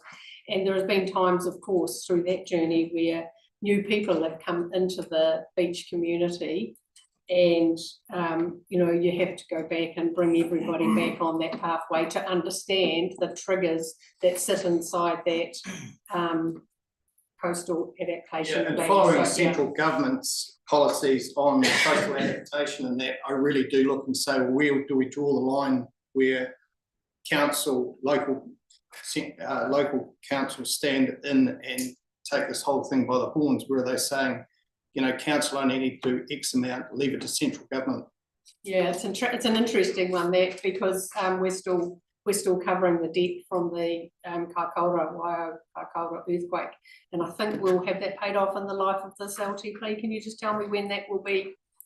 It's about year 5 or year 6 Yeah. of So, this current and that, you know, at that time, Murray, there was a lot of financial support for our district to recover, but actually a lot of that burden did sit with our ratepayers to recover from that earthquake timeframe as well. So, you know, central and government we all have a part. So tell me, did the residents at the beach, all those residents know you were spending 3.8 million on Rosewood at purchase? No, we did not.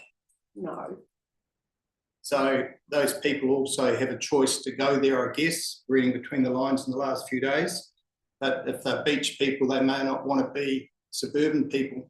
So, you know, we're making decisions for people, and are we overstepping the mark of their authority within the community where we relocate people? It's a little bit like the Gaza Strip, isn't it?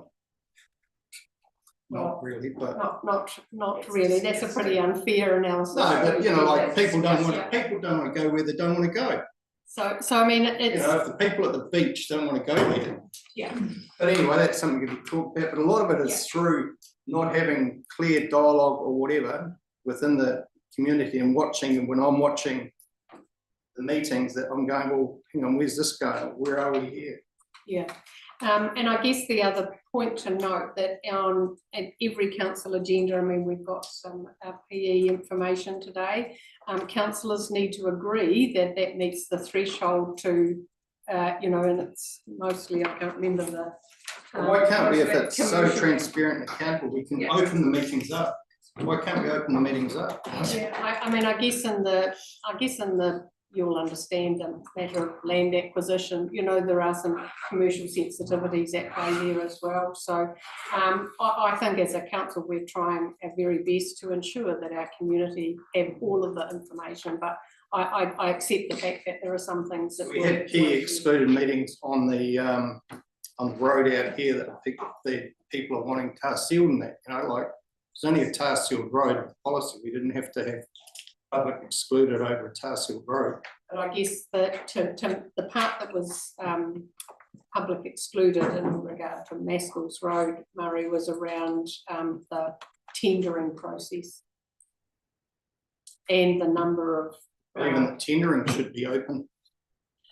Oh well. Anyway, we can talk all day about it. Thanks for your time. Yeah. Thanks for your So efforts. you're requesting a written feedback. Yes, please. So I'll send that through to Graham. Yep, that'd be The great. information and the questions, and we'll and just ensure when you get a that. chance. Yeah. Nothing's So going to change, but you know. look, I think, you know, the message that we've heard today from you, Murray, is not a new message. We are acutely aware of what you're saying, and we certainly take that on board and understand. And that well, it's the desire of us all to do the very best we can for the district that we are serving. And notwithstanding the fact that we've had, and I guess if I can speak from my own experience, I think that this triennium that we're just exiting from and has actually been a triennium that's had the most challenge in front of elected members than I've ever experienced before. And that is part of the overall local economy, but actually, you know, you've touched on the world influence, but you know, I think there's a lot of pressure on everybody, and we are acutely aware of that. So your message hasn't been lost. Apologise if there's any offence taken. It wasn't meant to offend anyone. Just comparing what's happening in Gaza. All around the world. Thank you. Good Very night. good. Cheers. Appreciate your time. Thank you. Radio councillors, we've still got a little bit more work to do, so can I just take you back to page 176 and invite Jason back up to the table. Councillors, does anybody need a week 5 minutes to gather their thoughts, or you're happy to move on?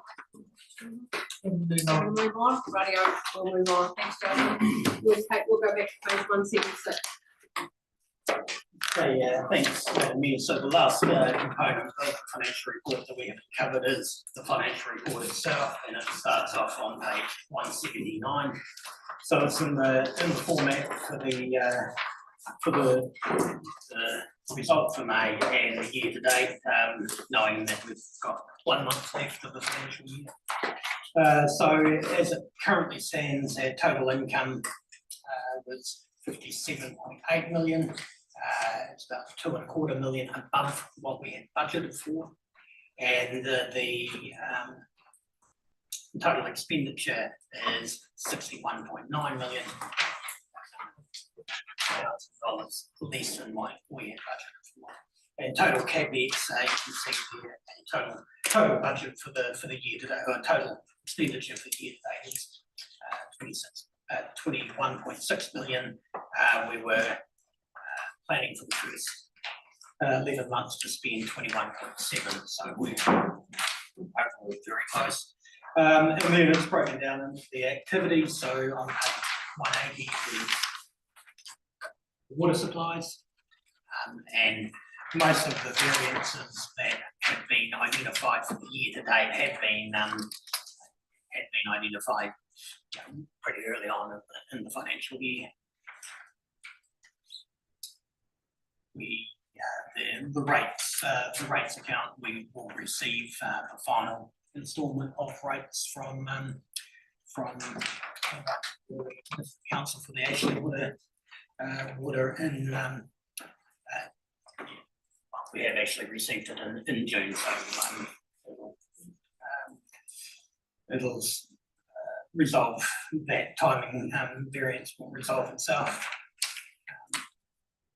And the other expenditure items there being internal interest. We've talked about that there is we've got additional internal interest from the development contribution funds and additional internal interest paid as a result of that we hadn't formally transferred the funds from the DC fund into water, but we will be doing that as part of the year-end process. Page 181 is the sort of roundup of the Three Waters transition process. We had funding that was carried over from last year, plus an additional amount that was received at the start of the year, and that's being used to fund primarily the staff time involved with that, and there'll be a discussion about that later in the workshop on the water services CCO process. Page 182 is sewerage. Consistently, our development contributions amounts are lower than what we had budgeted for. We had budgeted for a higher amount to be received or to be developed or to be paid in Hanmer Springs, and there is development happening there, but it hasn't permeated through to the contributions being received today. And page 183 is stormwater. Largely on budget or under budget for operating expenditure, capital expenditure is a little bit higher. Page 184 is the group activities for roads and footpaths, and that's broken down into page 185 being purely roading. And there is critical time getting towards the end of the financial year to get the final claim into NZTA, but we have been successful in getting additional funding. But bear in mind that the budget for NZTA subsidies there was predicated on a chunk of funding towards low cost, low risk projects, which we only got confirmation on in August that there was no funding. So we're always going to be behind the budget in that respect. And we haven't spent the money on projects either. So there has been a savings in the local share that we actually did rate for. which in turn has been used to offset the eroding rates for the forthcoming year. Roadside construction is there, and again, we'll have, there will be a few items here, particularly in the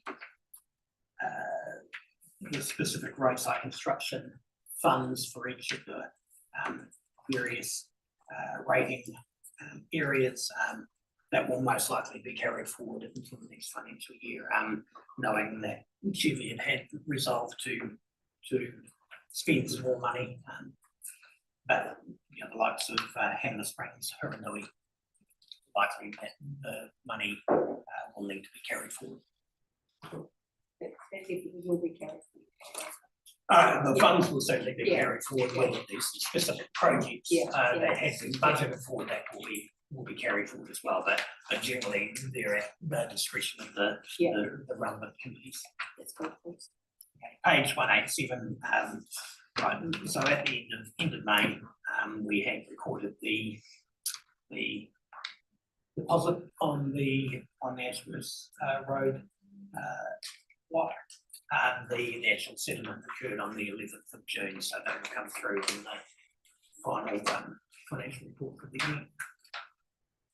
Page 188 is group activity for public services, and it's broken down into individual activities. The first one being on page 189, being community services, and the key variance is the additional amount of grant money that we've received, and the listing that Ria and her team provide there. There's nothing, and there will be that full assessment of the money received at the end of the financial year. Just wanted to drop clips, and I just found out I can't do that. On the community service on page 189, where would I likely to see that the seed, the funding that when we received the seed was from a individual benefactor from our district? So are we likely to see this on the spreadsheet here? We should see it on the spreadsheet. I will.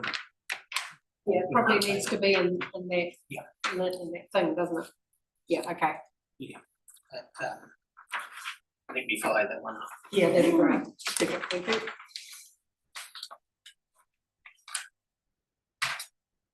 Page 190 is property, and this the key variances here around the soldiers block, both in capital expenditure and also the income received from that.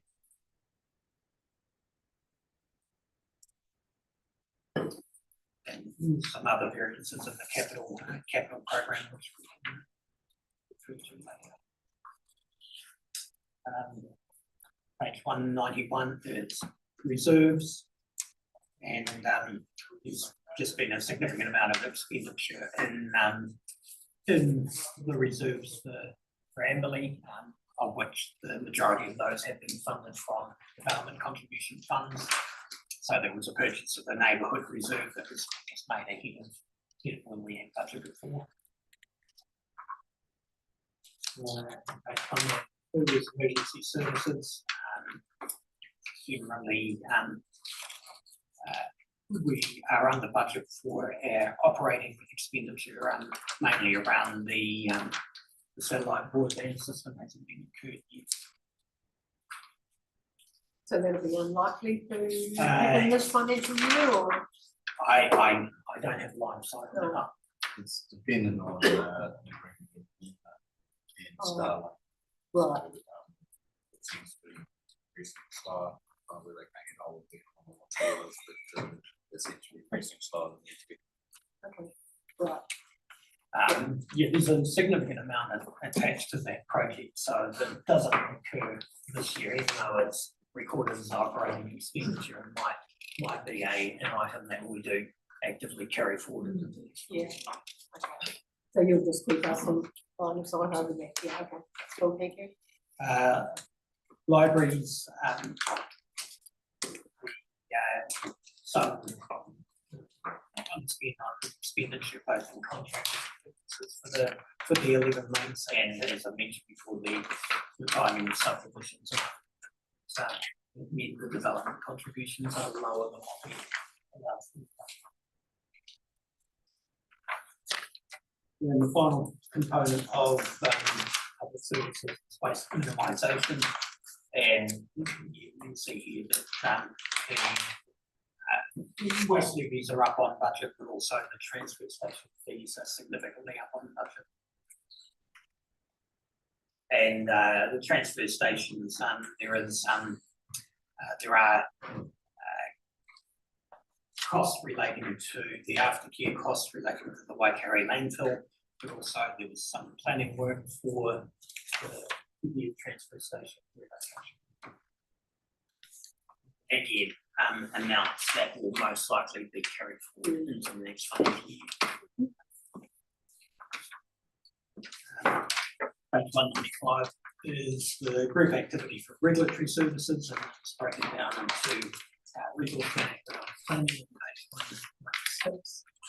And there has been less waste costs assigned to resource consent management, and certainly significantly less in external expenditure from legal fees, policy development and consultancy. And that largely reflects the level of activity. And page 197 is the other compliance and regulatory functions, which does include building control, and that is it was breaking even around compared to the budget then come in April, but very 37,000 above in May, so that reflects the variance for the year to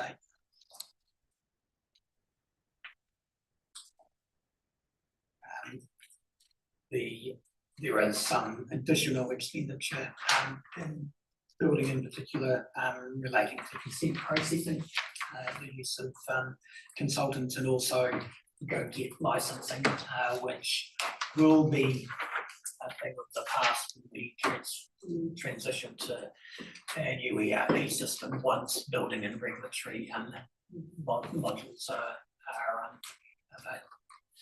So that 14 grand or thereabouts will be taken out of the budget line? Oh, the entire budget for GoGet, which is something like 72,000. Right. Will no longer be required, but you know that there is a timing variance in getting those modules in place. No, I was just wondering, the consent processing consultants, is that around like geotech and environmental and other factors outside of our building? No, it will be just when we've got higher amount of consents, we do farm them off to consultants to process them, and we've got three consultants that we regularly use to do that.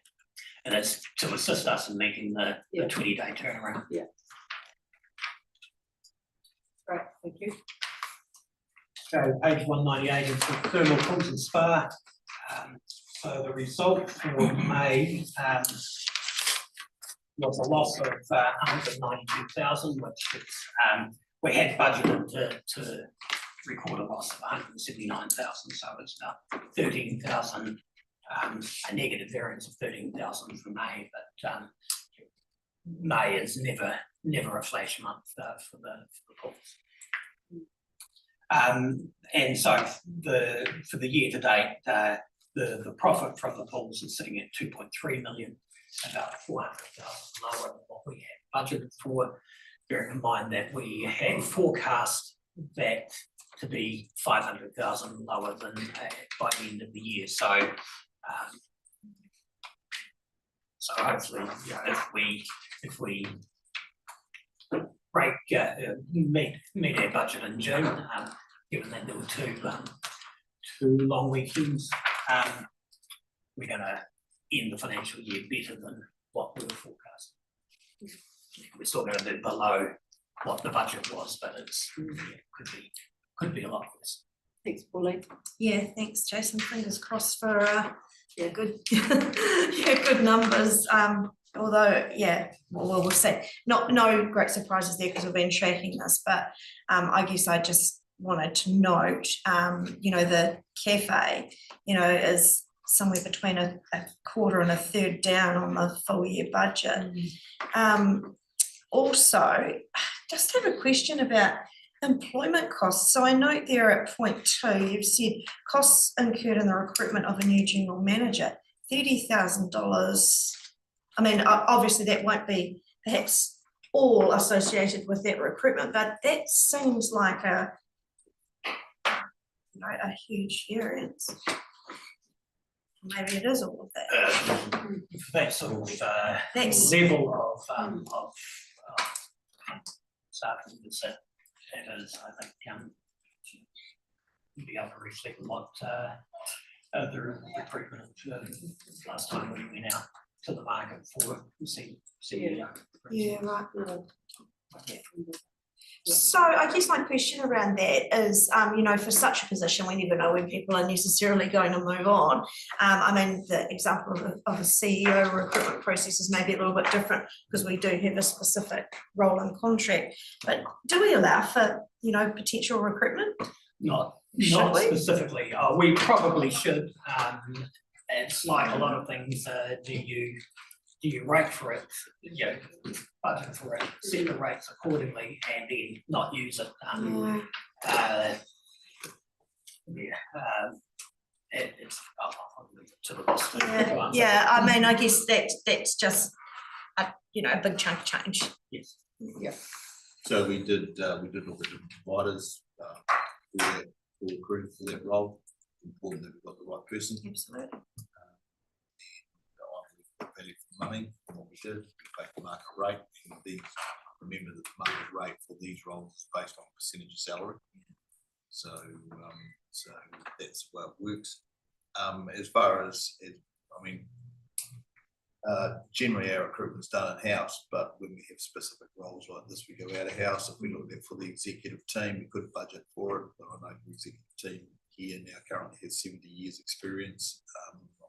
I don't think that it's easy to predict when they leave, but the executive team for a very long period of time.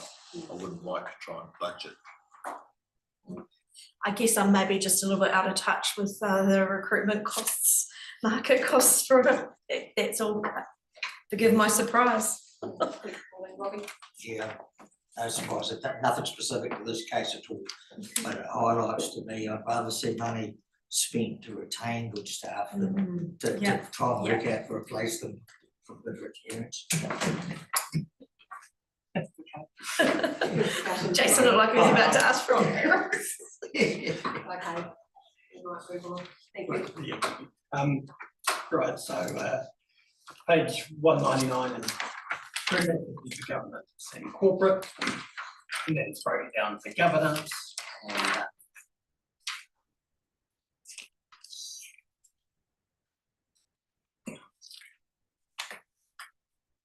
so largely on budget. Page 201 is the treasury account, and it's showing a surplus of $500,000. It's largely generated from the variance between the internal interest received and the internal interest paid.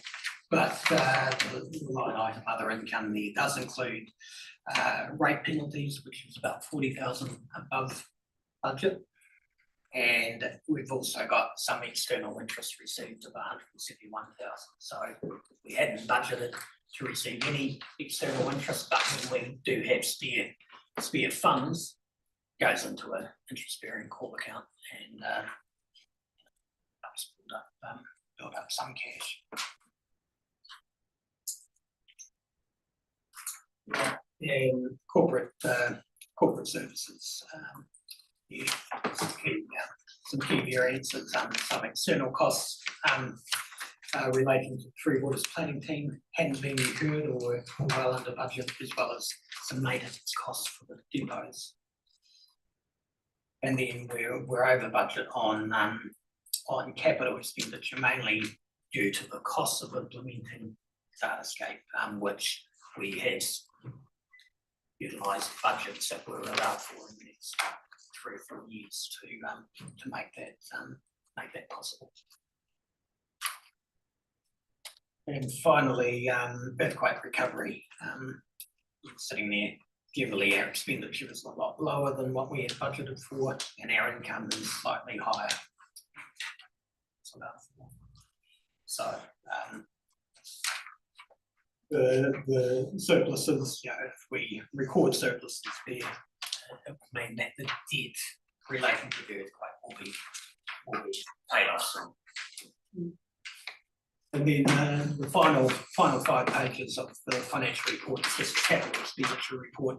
We're getting right to the end of the financial year. What the actuals allowed for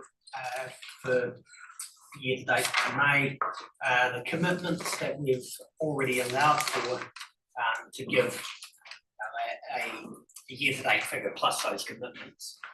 And comparing it to what the budget and the carry forward amounts were. So, right over on the last page, just that summary, the total year to date expenditure was 21.6 million, which is what we allowed for, what I showed on the front page of the financial report. The total commitments that we've incurred, 2.6 million. And so that stops today. We had spent 24.2 million of a $43 million budget. So there are some components of that full year budget that are only sorted out at the end of the year, like invested assets for any subdivisions and the likes, any assets that have been invested in council is calculated at the end of the year and recorded in June. You just looking through, there's a lot of wee things in the budgets that will be tied up with a lot of the smaller committees and groups and things, Zoom, names, if they're unable to be got to for whatever reason, if they're assumed they're just going to be carried over, if they're going to be taken off, will the wee groups be notified or given the choice of do you want to carry it over or take it? You know what I mean? So there's no surprises that all of a sudden something's just disappeared. Sure. Well, as we move into the June financial reports that go to each committee, there'll be an assessment of those projects that haven't been spent, and as the point was yesterday with the Hammer Springs community, we were just identifying already some projects that may have already been deferred as part of the forecasting for the annual plan, or was expected to be completed by the end of June, but may not be. So it's normally the August meeting of the council that we do a full assessment of those projects to be carried forward into the next financial year. And that just helps us to make sure that we're always comparing apples with apples when we're looking at financial reports in the next financial year, because there could be projects that had that simply carry forward, and we say, oh, well, we've overspent this year because we're using the budget for the previous year. But to keep that discipline, that they're not overspending an old budget, we do a formal process in August. Thank you. But that information will be delivered to the community committees or community board to have their input to influence what's projected, what's continued to be a capital expenditure or a spend in their view, or drop out. Yeah, so it'll be, I guess that was your question, Heather, you know, does that information sit here or does it go into the communities? Definitely goes into the communities. Yeah, well, the communities will make a recommendation to council to carry these projects forward, and I am very mindful of the South Board Committee with a number of projects that were budgeted for in year one of the plan to be funded from development contributions. That funding mechanism doesn't disappear, but it's making sure the projects are making sure they're still valid and continuing those, or we do an adjustment to our development contribution methodology. Okay. So we've sort of gone back to front and round to get your financial report for May in front of us, Jason, and you've answered the questions that have kind of been presented as we've gone along. So if you've got no further information to supply us with, councillors, you've all heard that information. Is there someone of the mind to consider that we receive the information, but also note the breach in our treasury policy for the month of May? Gary, do I have a second that? Thank you, Vanessa. There's no further questions of Jason, all in agreement with that, please say aye. Aye. Those against? Carried. Thank you. Radio. Thanks, Jason, appreciate that. Councillors, that brings us now to the end of our open agenda. And before I seek a resolution to move into public excluded, I'm just going to ask you all if you have considered the reasons for public excluded nature of those items, and if that being the case, can I ask that someone move and someone second that, if you support that, that we move into public excluded. Karen, are you happy to move that?